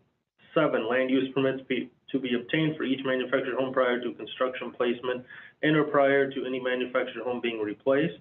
8, follow all sign regulations. 9, follow all local, county, state, and federal requirements for this activity. I wish to make any further considerations. Okay. I'll move that a 10th one be added for no recreational rental, Airbnb, et cetera, is to be permitted.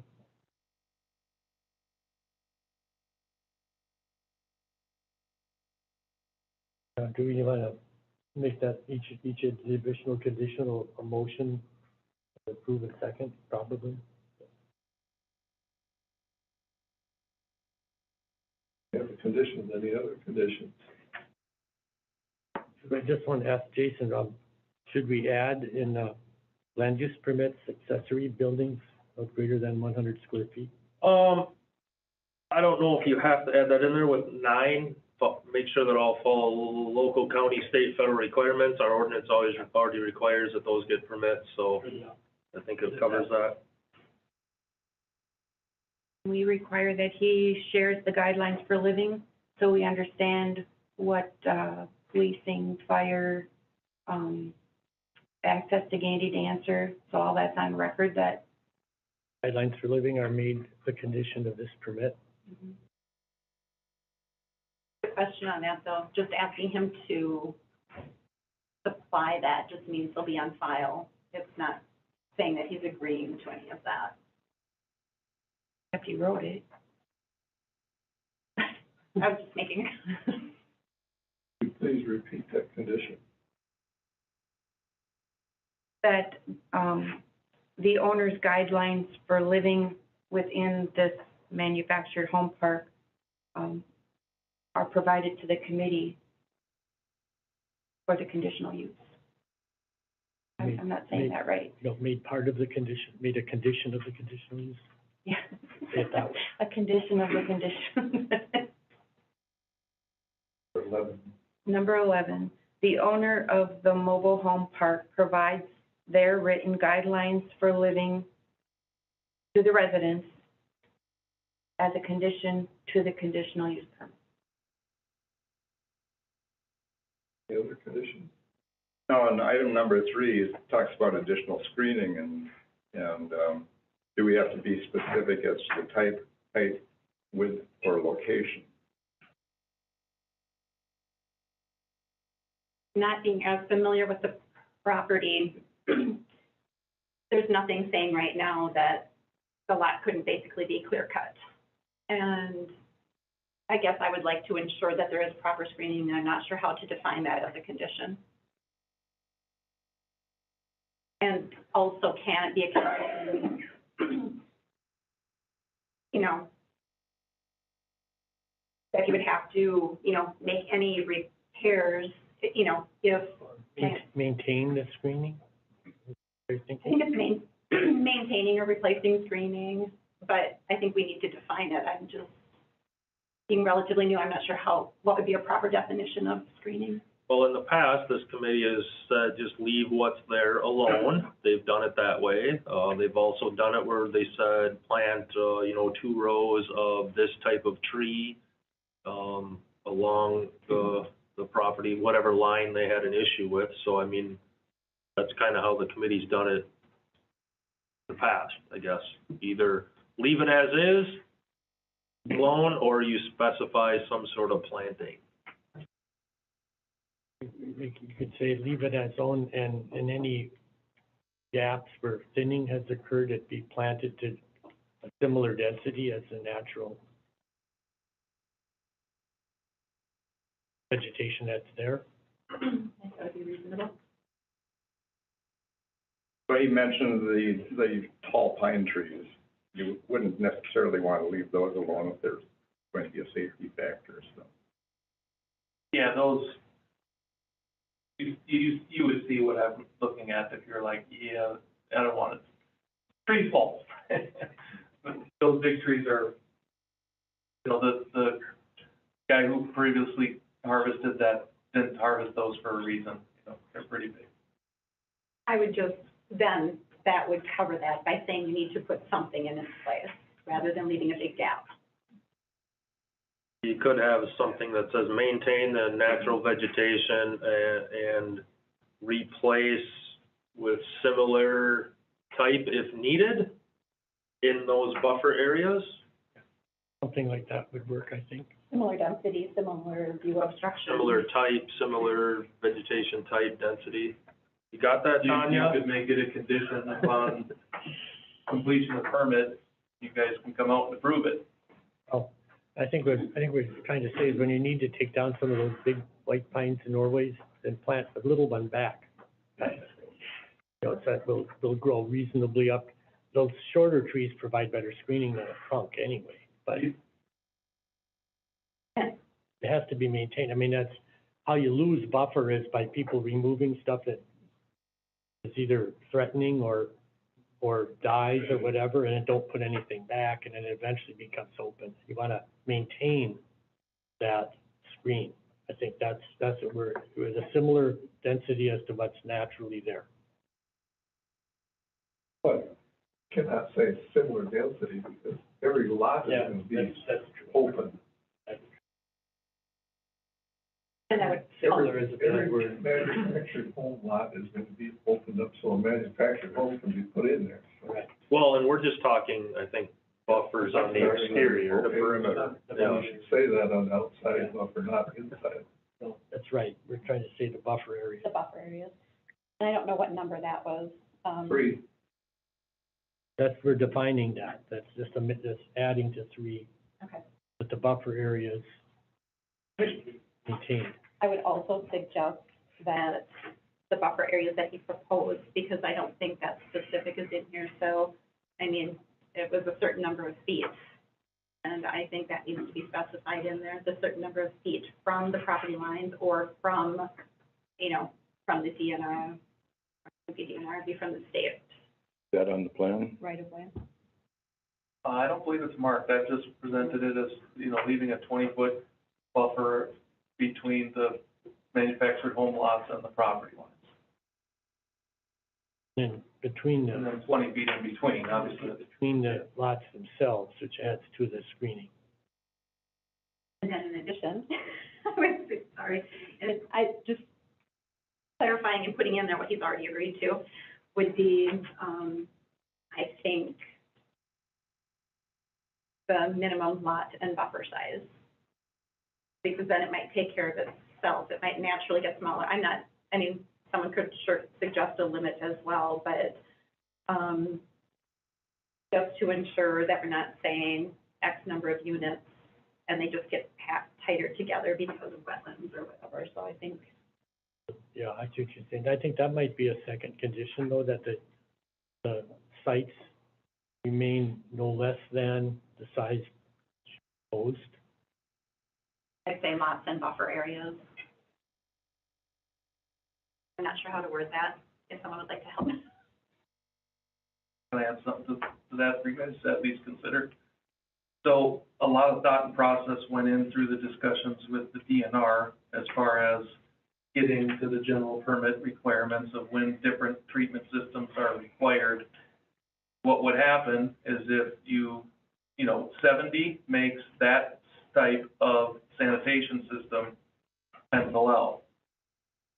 You know, if there was 300 units, then we could go to a site-specific permit with the DNR, but because we were so close to the threshold of a general permit or a site-specific permit, the number of units here does pencil out to do this higher-end treatment system. If you go down, there's gonna be a certain point where we're like, well, now we gotta go all the way down, because now it does not make any sense to put in the nitrogen mitigation part of the system. So keep that in mind. You might say 50 sounds better than 70, but then I also go, okay, but now it doesn't pencil, so I'm gonna go underneath the threshold, so I don't have to put in all this additional infrastructure for treatment, which you may, or, you know, it's still gonna comply with the code, but I would say that if I can make it work with the higher treatment system, then that ultimately would be something that you guys should consider in your discussion. I think what she's talking about is that the sizes of the sites remain no less than the size you proposed. If you lose some space, you might lose a couple sites then, but, you know. You had said that 70, you're still having a hard time with 70 being too much. I'm considering it, you know, but I get your point. You know, the difference between 70 and 60 is kind of inconsequential, perhaps, you know. What I'm trying to say is I think you might, just by natural attrition on your site, lose some sites. And rather than make them smaller than to keep it at 70, I think I'd rather see you keep them at the size you proposed. That's what I was getting at. I think that's what Supervisor Anderson was getting at. Haven't gone through engineering yet, so I mean, these are, you know, he's drawing it out on a plan to give to the engineer to try to make it work, so. But again, what I'm getting at is knowing the amount of room you're gonna need for tanks and whatnot, you know, that's gonna take up some space. That needs to be where everything is feeding to it, and then pumping of the force main back up. So you're gonna have a corridor probably through a couple sites here and there. You may shuffle them around a little bit, and because you're gonna not want somebody getting something on top of that force main. You know, I don't think, structure or something. So, you know, you may wind up just by natural redesigning to fit what you're doing, a couple less sites than you have now. Wouldn't surprise me. I'm fine with that. I'm simply saying that if you've done this process before, when I say 80 by 200, you know, if the engineer has to do stuff with that, we're like, hey, we can't let you do anything. This is your de facto line, and now it's 78 by 200. I lose a whole lot when I'm already basically allocating 16,000 square feet, even if it's 15 or 12,000 square feet per lot. They're still excessively large with what code would allow. True, but excessively large is more keeping with what the community is like around here, and squeezed really tight together, right? Well, that's why I'm trying to give everyone big lots. I agree. Right. That's why I think what Supervisor Anderson is just saying, they don't want to see them get reduced below that 20 by 80 proposal. And if we leave it at 70 sites and you get 68, you know, that's fine with us. Also know there's been a lot of discussion on wetlands. That's pretty much covered. Number 9, follow all local, county, state, and federal requirements for this activity, which would require.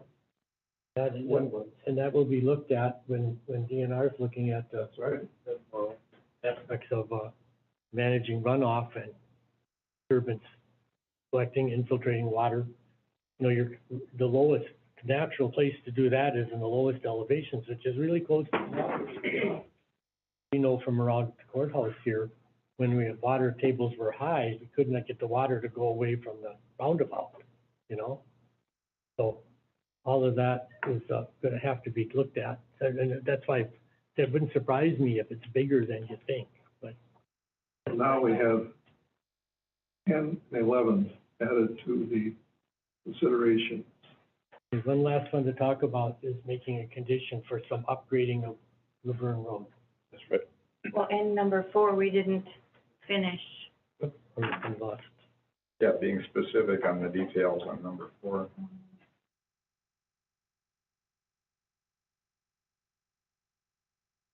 That's in regards to preventing ATV, UTV, golf carts, or other prohibited use on the Gandy Dancer Trail.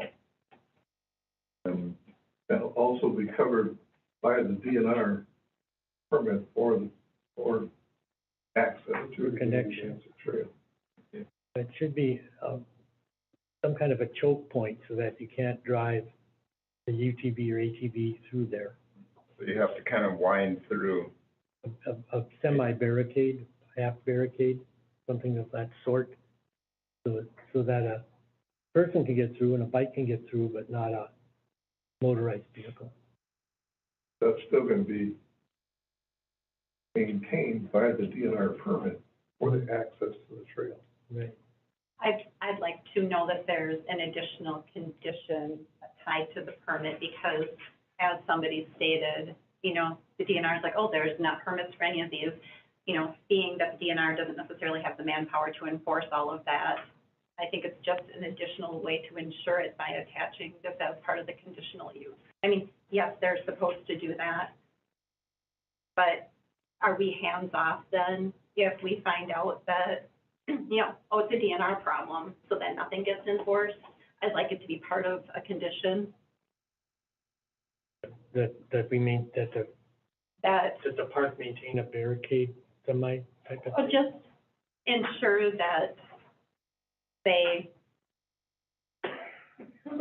maintain, I mean, that there's some sort of control. I mean, because the property, you know, they could clear their own path, you know, and if someone creates that, that's gonna be remedied. You know, to limit the Well, access and, That could also go follow under item 9, where we would say, you know, they're not following the DNR permit, then I could send a violation letter to the owner, or you could even have the person come back in front of the committee to explain. so I was unclear on that. So basically, the county does have the ability for, like, the landowners along the Gandy now that don't have permits, you could send letters to all of them and say they're in violation. Except. If they had a conditional use permit, Okay. because right now, we have, Got it. you have item 9 that's gonna say follow all local, county, state, federal requirements. So that So then ties if- it to them. Okay. Yeah, so then if I hear that the DNR is having an issue or their access rules are not being followed, I could write a letter saying, you're not following your conditional use permit. And then what happens, sorry to be wasting your time educating myself, what happens if someone is in violation of a Well- conditional use? What, I mean, Then that's kind of where I try to deal with it or handle it, and if that doesn't seem to work, then we bring them in front of the committee. Where you could consider amending or, you know, taking I think, away their conditional I use. think number 4, the way it is, implies that there's some measure in that access to assure that those things don't happen without specifying what it is. And I think a simple way would be in some kind of a little bit of a serpentine access, but, you know, however they want to do it, but they have to do it. It's already provided, I believe. So I think 9 would cover it, kind of. But, you know, if you're specific, like, we want a bollard every, you know, 16 inches on the trail, you know, where it's gonna access, I mean, you'd have to give me something specific if you want it to that detail. I think that would make sense. So I would propose that as, additional conditions that the trail that's being created contains a Bollard with what type of spacing, not more than 24-inch wide, 36-inch wide, I don't know, I think it could be pretty wide for black and ATV. Yeah, I'm trying to think. 36, because even a wheelchair can get through Yeah, there. well, even 48 inches would stop if they're close enough together, you wouldn't be able to make the turn with a Yeah. UTV or ATV. Doesn't the DNR have standards on that things already that would be able to provide the information for you? I would, but forestry not use it all the time, so I would think you'd want to trust your personnel that know what's going on, to help the committee or to correct things in there. Because I think they already stated that this wasn't meant to be even a snowmobile trail access. Right. It's meant to be a walking or bike, Yeah, it's in, a primitive. maintain that standard. So my intention is this section of woods is 60 feet wide and 200 feet deep from the roadway to the property line of undisturbed woods. So, my intention is to have a restriction in the park where the access point is, and also have a restriction just on my side of the Gandy Dancer, so I don't have people driving, four-wheeler 200 feet in and go, oh, there's a bollard here and backing out. But I also want to stop people from the Gandy Dancer, driving in. So that's how I kind of intended on dealing with it. I will have to say, I'm assuming there's gonna have to be some case-by-case issues to be a realist in the end. It's not impossible to just take an ATV and just randomly drive through the woods. So, I'll do what I can where we're making the trail to meet the DNR requirements of the permit. Obviously, if people do break the rules, that's part of the guidelines for living. Now is in the winter, when it's winter, snowmobile use. But I think the point is that somebody already illegally on the trail shouldn't be able to come onto your property, and I get that. I think that's right. But what sort of responsibility would a developer have to ensure that, the people that are paying rent there aren't accessing? I mean, or it's just calls to the DNR or to sheriff's department, or would the developer have some sort of remedy or responsibility to ensure it doesn't happen or to remedy if it does? Just becoming more and more of an issue in Burnett County, and the rules are in place, but, just expecting the limited staff we have to make sure it doesn't happen, what sort of responsibility would be on the part of the developer to do their part to make sure it doesn't happen as well? Go ahead. Mr. Chair, just information for the committee, the state law maximum width for a snowmobile is 48 inches, so I would suggest if he's gonna put some bollards to prevent trespassers from coming from the trail. I'm vice president of the Wonderland Snowmobile Club, so we are very interested in mitigating unauthorized trespassing. So if it were 40 inches or less, would mitigate ATVs, UTVs, and snowmobiles due to the manufacturing requirements. That would, just for education. That would work, right? So, okay, use that number, 40-inch passageways. Great. What do you have down there for, maintaining or improving, Laverne Road? I was gonna suggest adding this would be number 12, I think. Number 12. That condition of permit is that developer will upgrade Laverne Road to a minimum gravel town road standard, which I think exists. I couldn't tell you what it is right off the top of my head, but that's as to width and base.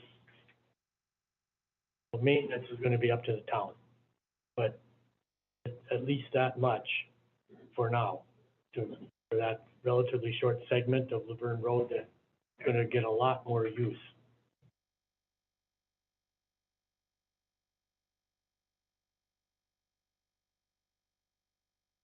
We have 12. I've lost track. Do you mind repeating what 10, 11, and 12 are? I have the others in front of me. 10 is the no resident recreational rental, Airbnb, et cetera. 11 are guidelines for livings are made a condition, and 12 is upgrade Laverne Road to a minimum gravel town road standard as exists in a Okay, so then, DOT type code. and then, so 13 would be potentially, could 13 be, the lot size limited as to what, the developer has shown drawings for? Something to the effect of minimum lot size remains at 20 by 80, minimum site size. Well, and the included buffer areas as shown.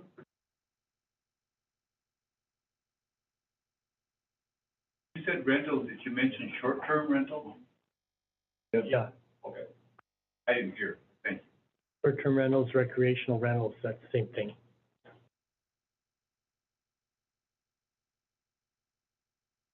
A question, possible? So I have a question as far as, you mentioned doing gravel for the road. That's gonna create a lot of dust. You know, talking that many vehicles going up and down, and we're still talking the dead end roads and safety things. You know, I'm very glad that you guys are, you know, concerned about the Gandy and that. I am disappointed that you don't seem like you're very concerned about the neighbors. You know, especially with the township comprehensive plan, and it says the site design should be compatible with adjacent terms, uses, aesthetics, you know, traffic generation, lighting, noise, dust, vibration. All of these things are gonna affect our properties out there. I mean, all of them. And I guess I would like you to just try to put yourself in that place. Try to put yourself living down that road. It's so peaceful now, it's beautiful, it is dirt road, and now all of a sudden you got more than like possibly 140 vehicles going up and down there like crazy. Already heard all this I before. know, but I just, and then conditions, I hope another thing too, with the road, and then maybe an on-site manager would be a nice condition. And then he's talked about leaving once he gets this up and running, leaving the area. I hope that all these conditions would follow, whoever purchases it. Thank you. We have 13 conditions. The 13th, Supervisor Anderson, the one you wanted for the 13th would be that the minimum site size remains at 20 by 80 and buffer areas. As shown on his original drawing. As shown And on- it's like, I don't know how we include though, I mean, I think the original drawing showed buffer areas. I just want to make sure that we're, you know, being specific enough about. Buffer areas remain no less than proposed. I don't think more than one thing was proposed. I think they're 20 feet. Yes, that would be.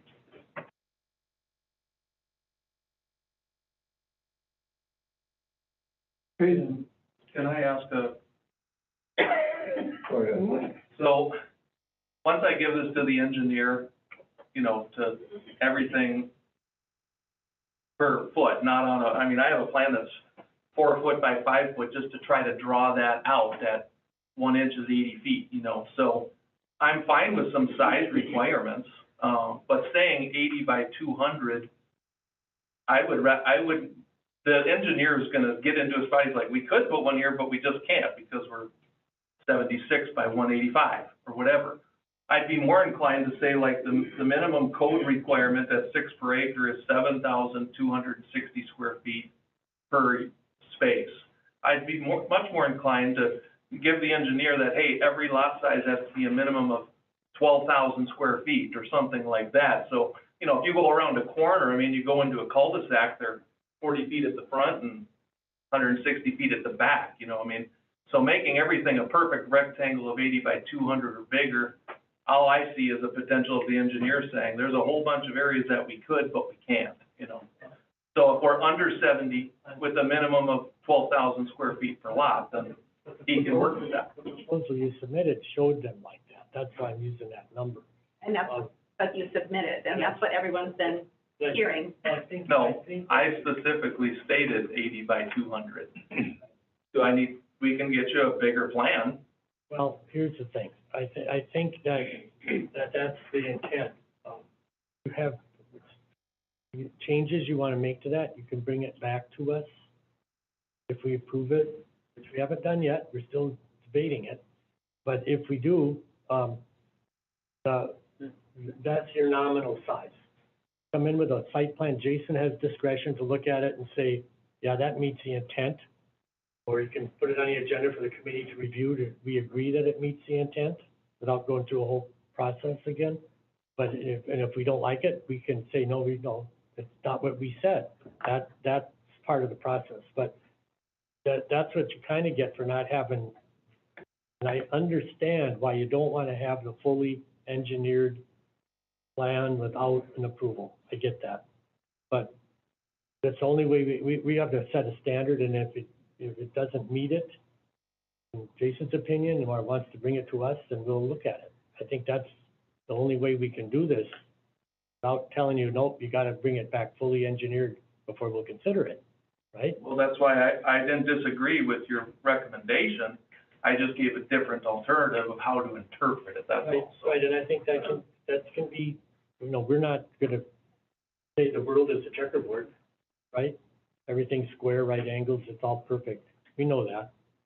So I think that's the intent, is to meet that requirement. If it changes dimensional slightly, because of average width versus a rectangle, that can happen.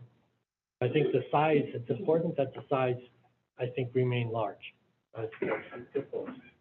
And I guess I think how maybe the committee is wanting to look at it, once you get a final design laid out, maybe you say, all right, I got a few sites that are a little bit less than 16,000 square feet, but I got a few here that are bigger than 16,000 square feet. So, I think the committee would say, okay, you're meeting the intent, most of them meet the size, a few are smaller, but a few are bigger.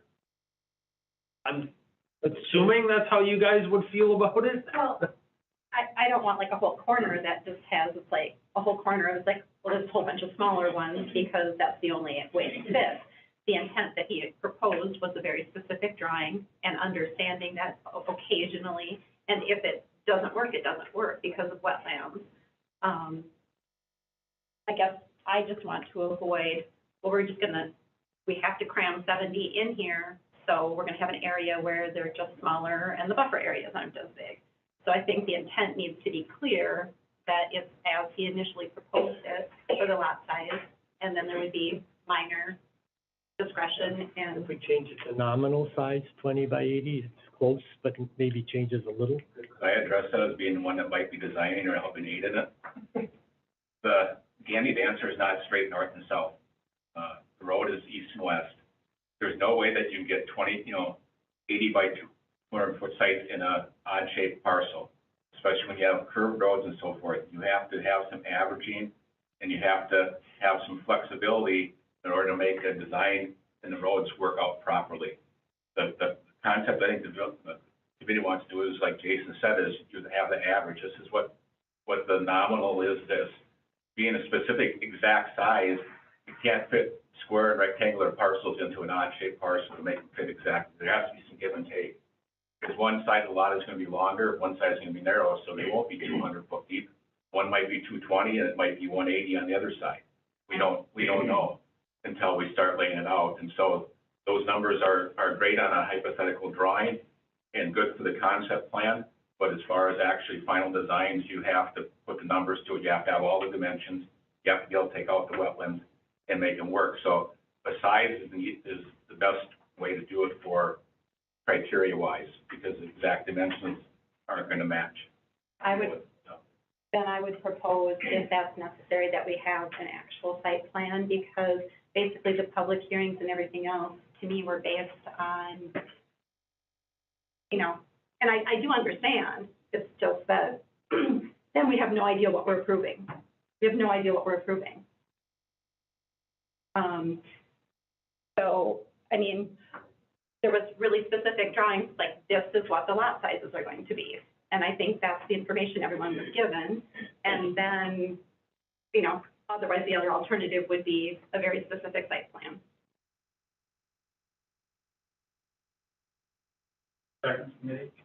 Otherwise, you could end up with a lot 40 feet wide, very easily. One mobile home in the middle of a 40-foot lot, and mobile home is 18 feet wide. But you don't no longer have that buffer. I think if the condition was just changed to nominally, with maintaining the 20-foot buffers and, 80 by 200, you know, an area, I think that would allow a little fudging, but not a lot. What's the definition of nominal in Jason's mind? I mean, a couple feet, 5 feet, 10 feet, Well, I think that would allow the one leg to be longer, one leg to be shorter, a little narrower in front, but wider in back, but it'd still be nominally the same square footage and the same length and width. Both can be fit. and uppers And I think we could say then we reserve the right to review a plan that we find something wrong, we might object to it. But I don't want us to say we're not, I'd like us to be making the decision today, not making, you know, say, okay, we're approving this unless we don't like what you submit. That wouldn't be good either, right? So we have to look, I think we can look at it, but I think we say nominally, it'll give Mark Krause some wiggle room to work. It's got to be 40 by 400, it wouldn't be 40 by 400, it'd be 80 by 100-foot lot. You're being within a few feet or a few, you know, easily within a few feet of what dimensions are. That'd be nominal. That work for you? Okay, add the word nominal and we'll continue. I do apologize for continuous interruptions here, but I just feel I need to say something. So the petition, I have one copy unfortunately, because it was probably 30 pages. So I don't know if you guys took a look at that or not. That petition, basically we have that 360 signatures plus, and it asks for 4 studies before any approval. So it asks for the wetland delineation report, the traffic study, et cetera. The traffic study, I love the thought that you guys are putting into this. It really shows that you care. I'm 100% serious. But as far as the dirt road, I don't know anything about roads. I really don't. But I don't see 140 cars going on the dirt road. So I mean, can you get that traffic study before you say, oh yeah, I mean, do the dirt road? I just feel like it needs to be a pavement. Thank you.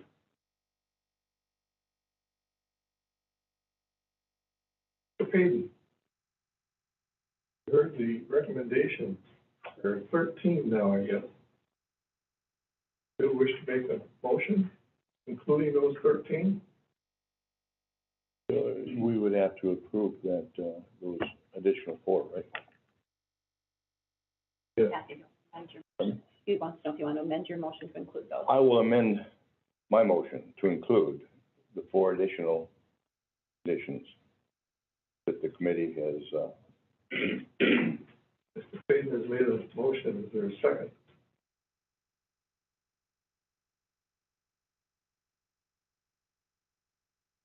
I'll second the motion. A roll call vote is to approve the conditional use permit 2206. Ms. Mullen? No. Blomberg? Yes. Ms. Anderson? Yes. Mr. Anderson is not present. Payton? Yes. Mr. Conroy? Yes. Mr. Bickford? Yes. Motion has been approved for CUP 2206. Thank you very much for attending. Next, we'll go on to rezone request map 2210, North Camp Property, LLC, rezone from RR3 and A2 to RRRC. Applicant. Steve. Hi, Steve Austin, at 3142 West Webb Lake Drive. And we're asking for the Siren, soon now called the Siren RV Resort, to be rezoned into the requested zoning that the county would like to have those zones in. Is that correct? Yeah, I'm Mark Krause, Wagner Surveying, 2742 West Connors Lake Road, Oakland. And so when the original approval for the RV park was put in, it was commercial before, it was rezoned to the current. Excuse me, sir?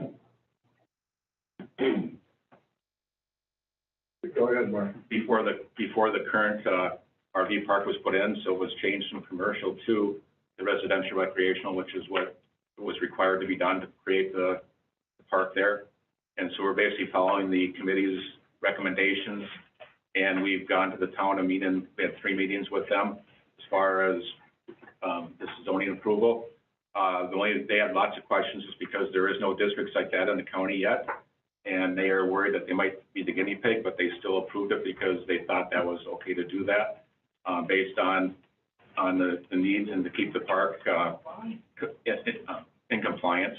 And so the additional 35 acres to the north, which is in A2, is asked to be rezoned at the same time so that the whole contiguous property is one zoning category. And if you look on your zoning maps, it is recreational on both sides of that A2, both on the Kruger Road side and on the east side towards Leghorn Drive. And there's also some additional commercial property to the south and west of the existing campground too. I believe the rest of it in that same 40 is RR also, I can't remember if it's R1 or R2, 3, sure. So we're just trying to be compatible and compliant with what the county recommended, and this is your first district change to that zoning category, and that's, I believe, what the committee and the work group and everybody recommended that was a procedure to follow, and so we're doing that procedure. So Questions for the committee for the applicant? Or the applicant? Well, looking at it, it seems like you're rezoning, a lot more land than necessary just to bring the campground into compliance. The current campground's on essentially 15 acres. And you can see every trailer from the highway. The vast majority of those acres are wooded back there.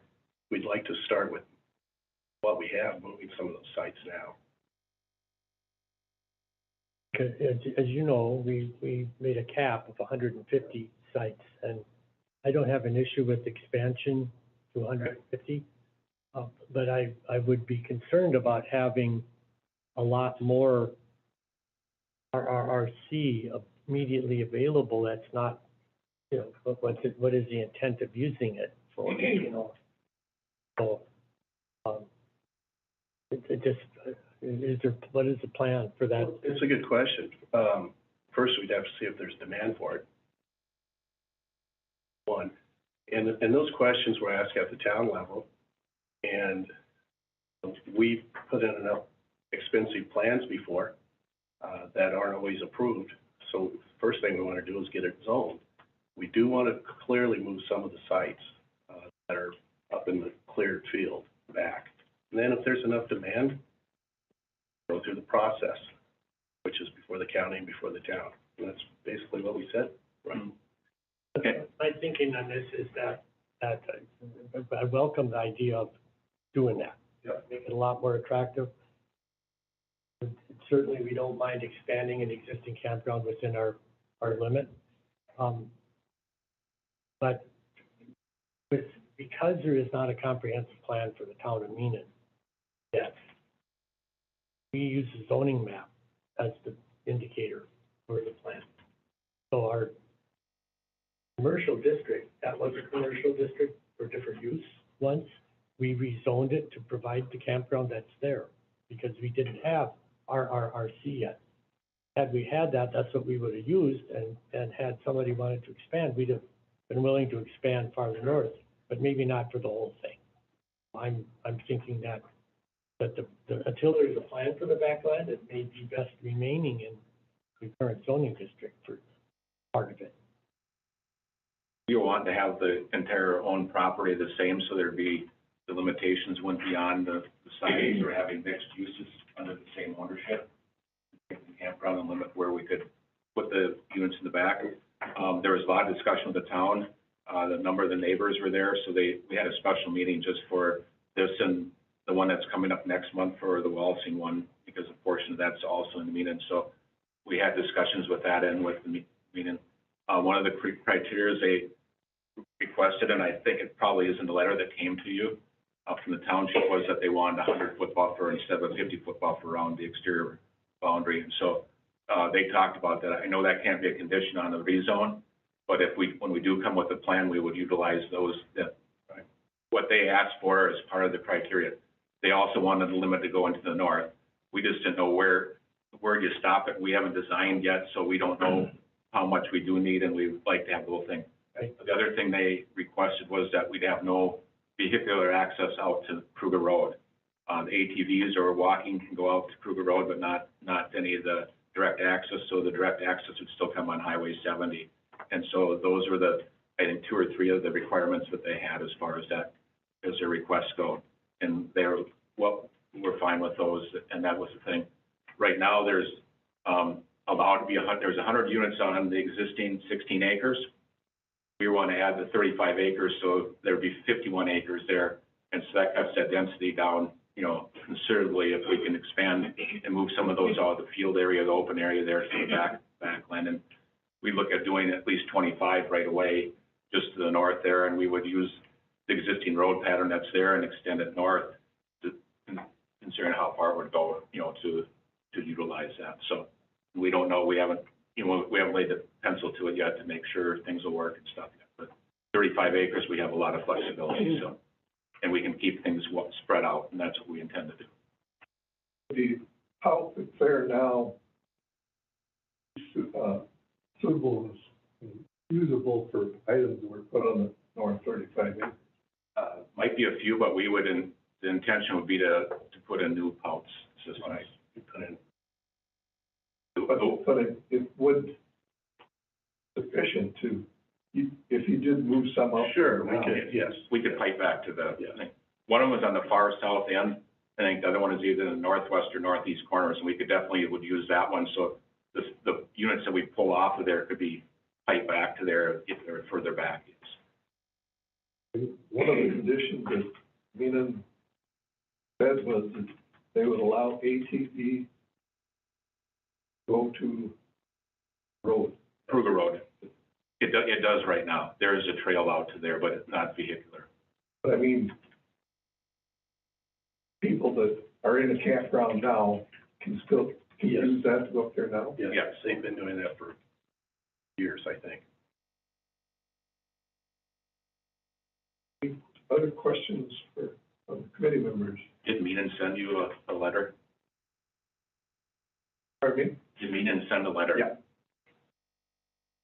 Yeah, I think we got an email, I'm not allowed to speak for them either. Is that from Menon? We got a copy of their minutes or something, yeah. Yeah. From Sue, right? Yeah. They didn't say anything about the ATV or road on Kruger the only 2 items I picked out of the minutes was the 100-foot buffer and the, only allowing a campground and convenience store or something. Yeah. They were really worried. We didn't ask for a store, they threw it in there. They're really worried about what is allowable in the RC district. And they didn't want anything else allowed on that, any of the other items that are, and I'm not real familiar because it's not, RC district isn't really printed out anywhere where you can get a copy of it. So, there's some other uses that are allowed there, and they want to make sure that none of those other uses would be allowed on this property, and we're fine with that. Or something like that. Currently, there's how many campground sites currently? 100. And then you want to grow it by 50, is that correct? We don't know that yet. Okay. At a maximum of 50. That's the maximum that we could if there's a demand or if we came back, but we don't know that. We'd have to come back for a land use, And we'd have to go before the town, same thing, to keep some controls. So to be fair, asking the same question, how much tax revenue comes off of a camp? An RV pays 5.5% sales tax. Everyone. Property taxes for the campground will be a lot higher than the current ag. I think it's zoned ag back there, correct? But you get virtually nothing. 35 acres right now. Specifically, how much do they pay in a year? not sales tax on what they purchase. We pay, they don't own anything, we do, so we pay the property tax. Taxes are only on the infrastructure and the property because campers are exempt from personal property. This is all under the same ownership? Campground now and then the 35 acres? Yes. And the specific question, just to cover the potential, is that the campground map would then be expanded to include the expansion. It wouldn't be a second campground. No, it's, So we're not talking any further expansion than beyond 150. it's not two campgrounds. Right, it can't be. I get what you mean. It's one ownership. It's a good idea.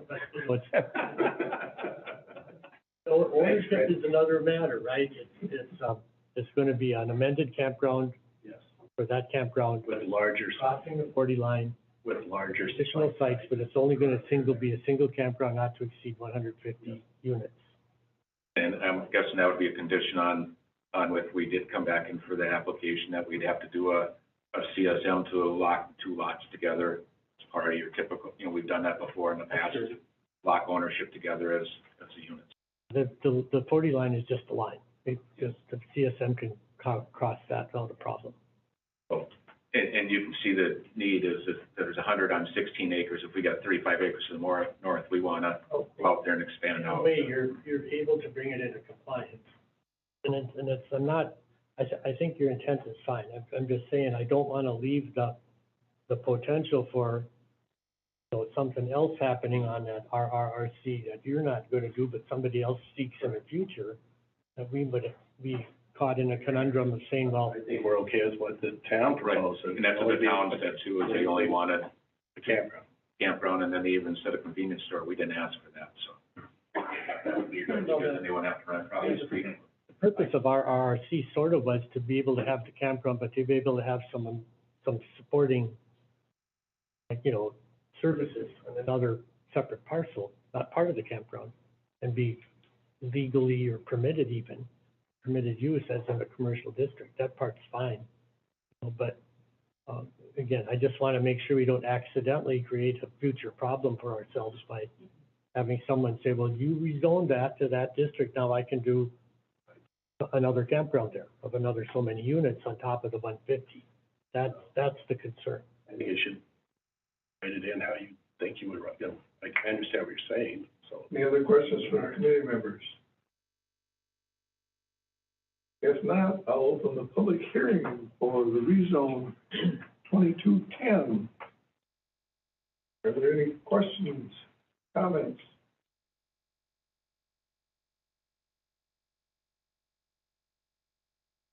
Good morning, it's still morning. Don Hamilton, 7158 South Devils Lake Drive. I'm really excited to hear that we're talking about utilizing this new zoning district that this fine committee worked so hard to develop and create. And I think this parcel and this developer are a great opportunity to utilize this district. I personally was in attendance and listened to a lot of the Meenan Comprehensive Plan update meetings the past year. And I know Meenan's number one primary goal for their comprehensive land use plan is to protect A2 zoning, to keep it, not lose it. That being said, Meenan understands the history of this property is commercial. There is a campground there. We do have a cap at 150. And I don't want to speak for Meenan, but I can tell that they wrestled with, we're losing A2 to a rezone, but we also have to respect and appreciate that this businessman has a property there and he'd like to expand to the cap of 150. So I think we're on the right path to yes. I think I'm hearing some great things that Meenan is very okay with a campground only and a convenience store. The applicant only asked for a campground, but Meenan said we would allow a small convenience store. I think the concern with Meenan is the language in RRRC allows a litany of other commercial uses, and that's the concern. So they don't want that, but they do want to support this rezone. So I think there's two ways to do that. One, to limit the RRRC rezone to just get to 150, only rezone enough acres to get him to 5 per developable acres, or deed restricted.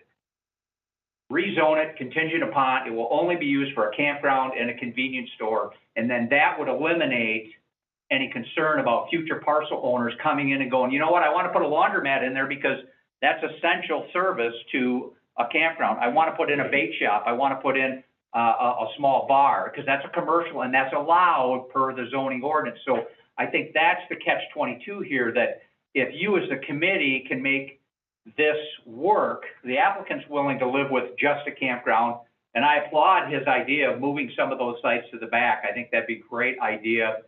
I think there's a path to yes here. I think we just got to make sure that we watch out for the future, that this is only a campground and only a convenience store, and rezone it to RRC. And I think there's a couple of ways to get there. So again, I'm excited to hear we're using the zoning district, and I appreciate this applicant's attitude and his application is, and I think this is a great opportunity to utilize the zoning district. So thank you for your time.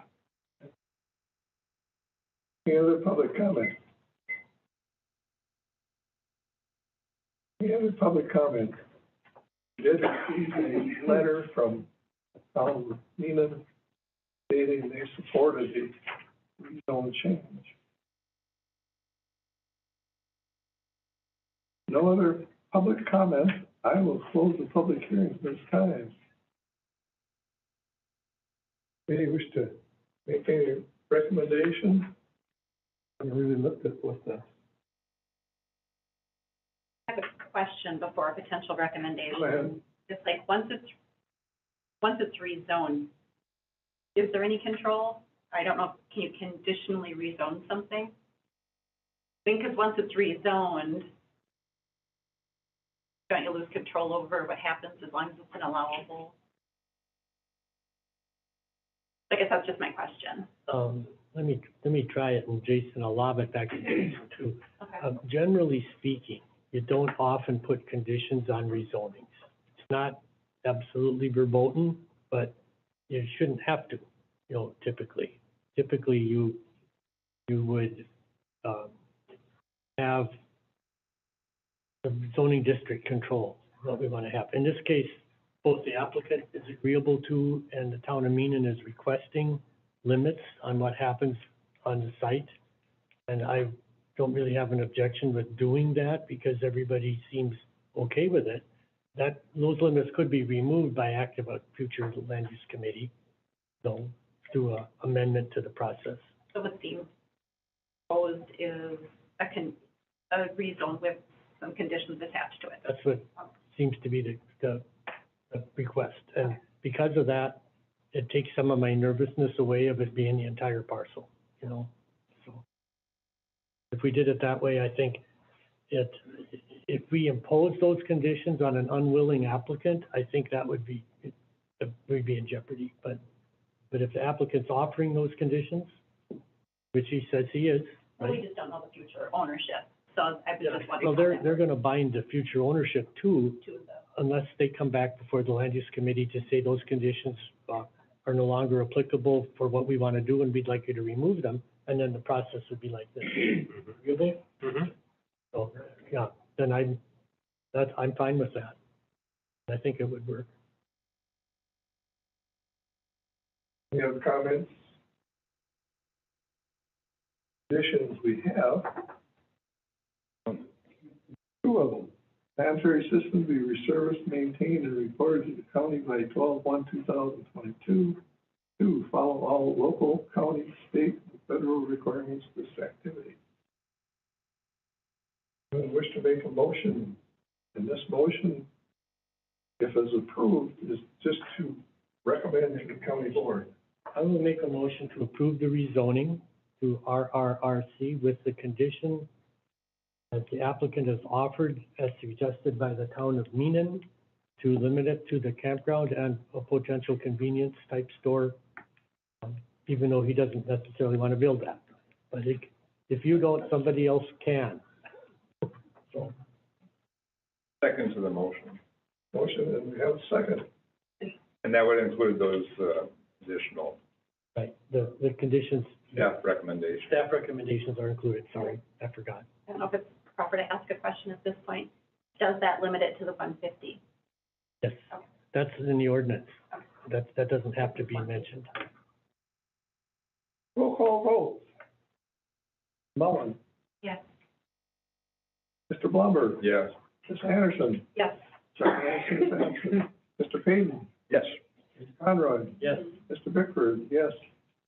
The rezone 2210 has been approved to go to county board. Thank you very much. Thank you. Next, we have conditional use permit 22-14, Minerva Shores LLC, rental storage. Applicant, please come forward.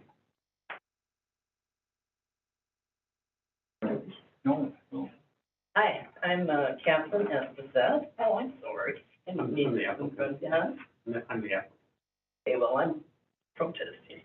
Well, he goes first. Oh, I'm sorry. We haven't done this very often. Go ahead. Good morning. Wait 2 more minutes. I am Jeffrey Gratz, applicant for the self-storage unit in Swiss Township.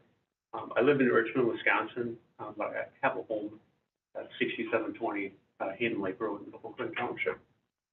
I have read the comments that have been submitted for the application. There's been a number of those comments, and I know that Jason has gotten those to you guys. I have scheduled some time with the Swiss Town Board at their meeting next week to meet with them, where I can understand some of the concerns that they have talked about and work to adapt my plan to their concerns. And so I'm in alignment with them in their letter asking for us to delay a decision until we've had a chance to do that. And so I guess I would ask that we delay this decision for a month. I've got some time scheduled with them next Tuesday.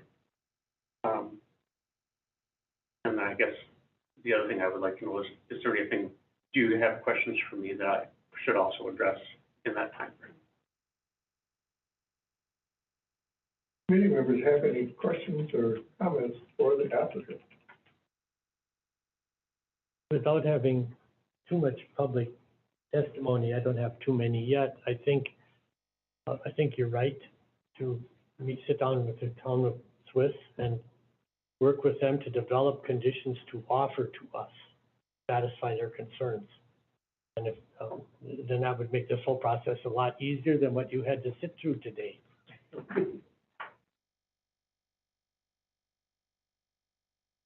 Any other comments from the committee? Otherwise, you have seen the other, the considerations that Jason brought up at this point. We may want to see if George wants to add anything to this. Yeah, we'll open it up here in a minute. Okay. We'll take I'll your open the public hearing. comments. Any George Costello, Town of Swiss, Supervisor. She wanted to speak, she's been up here a couple times.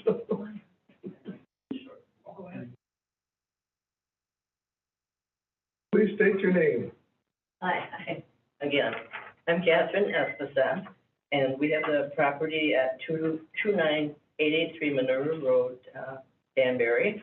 And since 1995, we have taken great pride in our location with the 40 acres of land and privacy that our location in the Loon Lake chain of lakes provide to us and our daughter and granddaughter. We understand growth in the area needs to happen. However, there is a place and a location for everything. Building a rental storage facility across the road from our property is just unthinkable. Our property is a 4-season log cabin that has character and charm, and it's charming and remote location. There are several other properties with similar amenities and setups in the same area that will be terribly affected by a commercial storage unit. The traffic in and out constantly for not only spring and fall season boats, but regular fishing boats, canoes, kayaks for the weekend, who have no lots or land locations, who want to use the boat access every weekend, and will be a traffic nightmare for vehicles, pedestrians, and bikers. We have checked with 2 reputable realtors, and the idea of this is just the same as a campground situation. The traffic is similar, if not identical. They have also stated my property value will decrease by 20 to 32% respectively with a commercial business on the corner. A conditional use permit is the same as a commercial business, is it not? These businesses are reputable and in the correct locations, and it's not fair to them that you would favor someone who just picks up 5 acres of land and wants to plant a big business in the middle of the woods. The county needs to be protected regardless if I am next door or anybody else. This is just planning and an ineffective way to build up the area. And I just had one concern that the notice on the public hearing was mailed to 4 residents. That's a normal practice that, I mean, because Minerva Road is a few miles long, not really from Highway 35 to Hayden Lake Road. Yeah. But there are only 4 of us knew about the meeting. The adjoiners are the only ones that get a notice. Right, but, you know, when you turn the corner to go down Floyd's Drive, there's a lot of people they're isolated. Yep, I guess if the committee wants to make us mail it to more people than that, but that's been the protocol for decades as it goes. Well, I just, it seems that they are as much involved as we are in our land values, and. It's also published in the paper, you know, Right, it was published 2 weeks before I got our letter, I think, but that's all by law, and that's the standard statewide. I think a lot of people up here, Minerva Road especially, live in the Twin City area. Right. I live in South St. Paul. But they, So I wouldn't have seen it. all of you, in order to be responsible citizens, need to pay attention. Get the local paper, read it, pay attention. Notices are sent, but the county couldn't afford to send everybody who might be interested. Well, I'll give them a postage stamp. All right, well, thank you. Thank you. George? George Costello, Town Supervisor, Town of Swiss. We had sent a letter to Jason and all the board members, basically referencing the the comprehensive plan that we redid last year. And it's basically, we're trying to keep Town of Swiss in that up north appearance, and we specifically mentioned a corridor of 35 and 77 for commercial businesses. And that's where this type of thing would be perfect out there. And we did talk about the land use conflicts. It's basically on page 8-13, 14, and 11, which is, you've got the comments, but new or expanded commercial development not in close proximity to the town's existing commercial area located State Highway and 77 intersection. Got discourage undesired use and conditional uses in residential future land use areas that conflict with the comprehensive plan, specifically high-density commercial or residential. And then on 8-13, we have land use conflicts include poorly designed or unattractive commercial development, lack of screening or buffering between incompatible uses, and loss of rural character in some locations. Lastly, the first goal of the town board is to adopt an ordinance requiring that all conditional use permits approved by the county are subject to the Swiss Town Board review and approval. That's why I found out this morning that the gentleman's going to be coming back to the town board next week to review this with us and with the town chairman and other board members. So at this present time, I think we'll just wait until the October meeting and see where we are with that. Thank you for your time. Thank you, George. Any other public comments?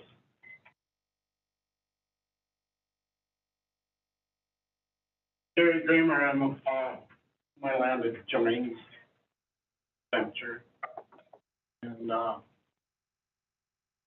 it's always been my opinion and many others around me that, you know, I kind of move out to that area to keep it rural for pensioners, you know, landowners and residents alike kind of like to have the privacy out in the country rather than have businesses right next door to you or in the same vicinity for that matter. But George and others, I'm sure, have said what else I'm going to say, so there's no sense repeating. Plus, I did send it to the board or to this committee, so, those are just a few of the feelings that I get, and, hope that you could draw the line to give Thomas Swiss does have other options. I wasn't sure that they were even aware of it to begin with. But, I think there are other options for this venture than right next door, out in a rural community. That's all I got for now. Thank you. Thank you, Gary.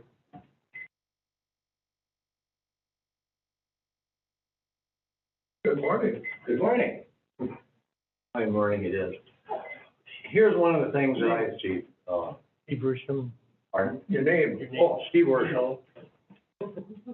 Everybody knows me around here, it seems like. But anyway, one of the reasons that I'm here, of course, I'm right across the street from where this place is at also. And one, so far I've seen in the last 2.5 years, our infrastructure for the amount of traffic that we have down Minerva Road has quadrupled, okay? And I'm sure everybody knows how land has transferred over the years. I have no problem with that. We are a rural community. Rural communities should be able to stay a rural community, where we have all the newcomers that have come in. They came in here to be in a place where we're rather somewhat secluded, but yes, we are getting, buildings close together again. Minerva Lake has been impacted, Love Lake has been impacted, Gull Lake has been impacted, all the ones around that community. And why would we change from a community that is in here now? We're rural, we want to stay rural, it's our homes. Why would we want to have this changed over so it's open to anybody to put in whatever they want to put in? My kick it. And do I want a storage unit complex next to us, next to SSS, the rent, Jerry Kramer, go all the way down the road and talk about all the people that this might impact?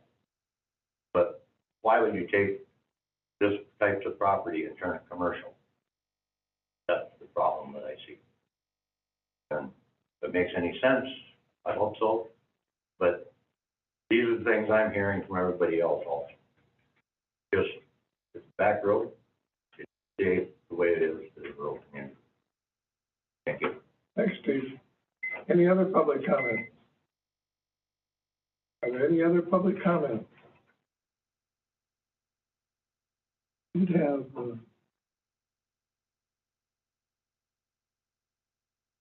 Catherine? Yeah, you said? She's on that meeting. Oh, okay, okay, got it. Sure. There are no other public comments, I'll close the public hearing at this time. Applicant has already requested that it be postponed so that he can meet with the town board. I would like to have a motion to that effect. Go ahead. I'll make a motion to postpone until the applicant has his meeting with Swift. I have a motion by Ms. Mullen. Second. Second by Mr. Conroy. All in favor of postponing for a month this application, this UP 22-14. All in favor? Aye. Opposed? Carried. Thank you for coming forward with the recommendation and bid. Thank you. Good luck.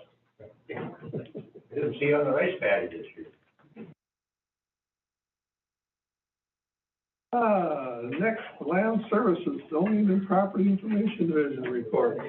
Jason. All right, so the reports are in there, staff reports are in there. I know everybody wants to get out of here, so just, budget reports are in there, everything's on track, nothing out of line for this year. Have a new employee? New employee started on Friday, so that was good. The website statistics are in there, yeah.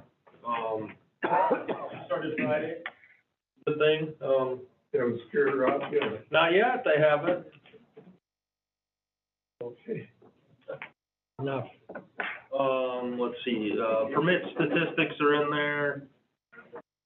Yeah, pretty much nothing out of the ordinary. Plugging away.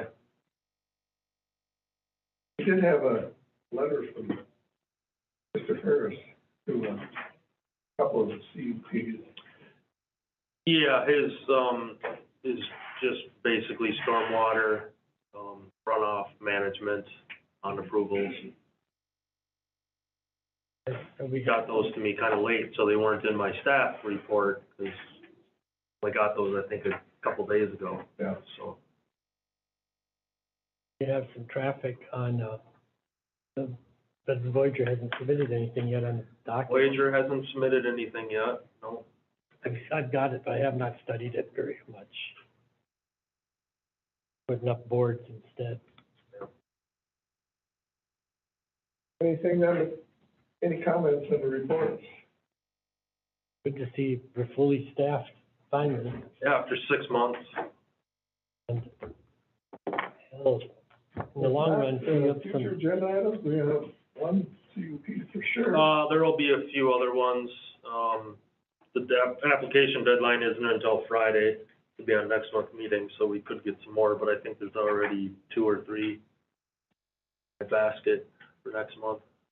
One of the things I did talk to Jason about is, you know, when we do switch over, starting the first year when applications have to be in quicker, the normal flow of traffic, or flow is that he sends it to the town clerk, right? Yep.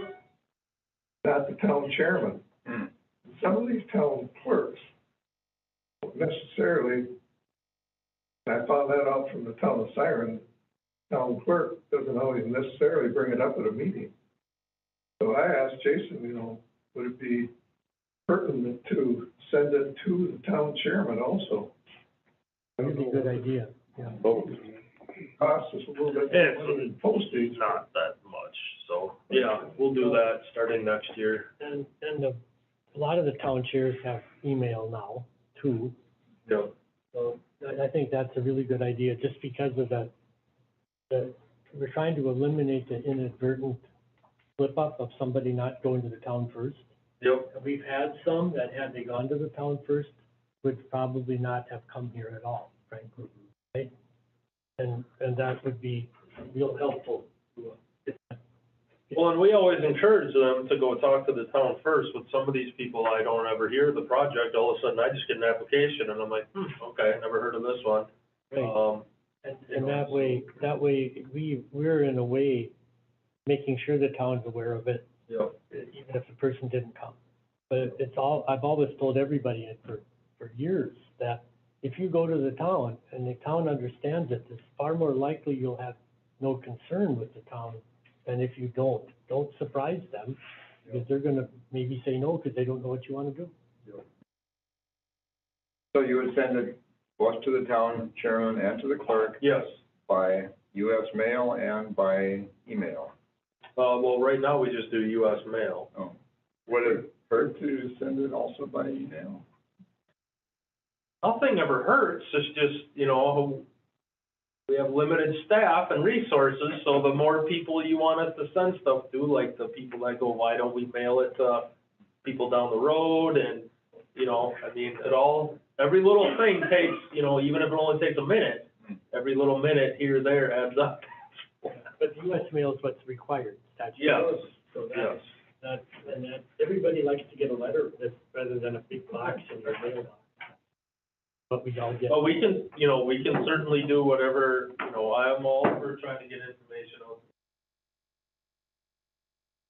Maybe what we ought to do as we start that is send a letter to the town clerks and chairs that we're gonna be doing it this way from now on.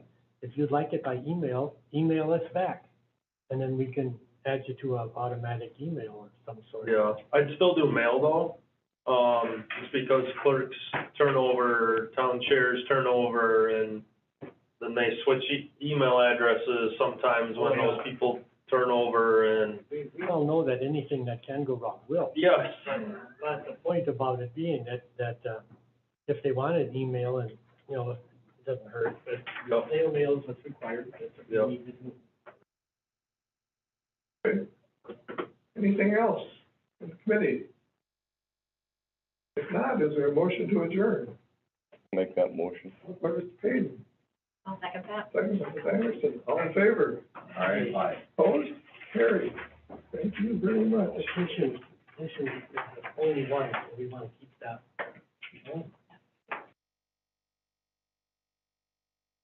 That lasted longer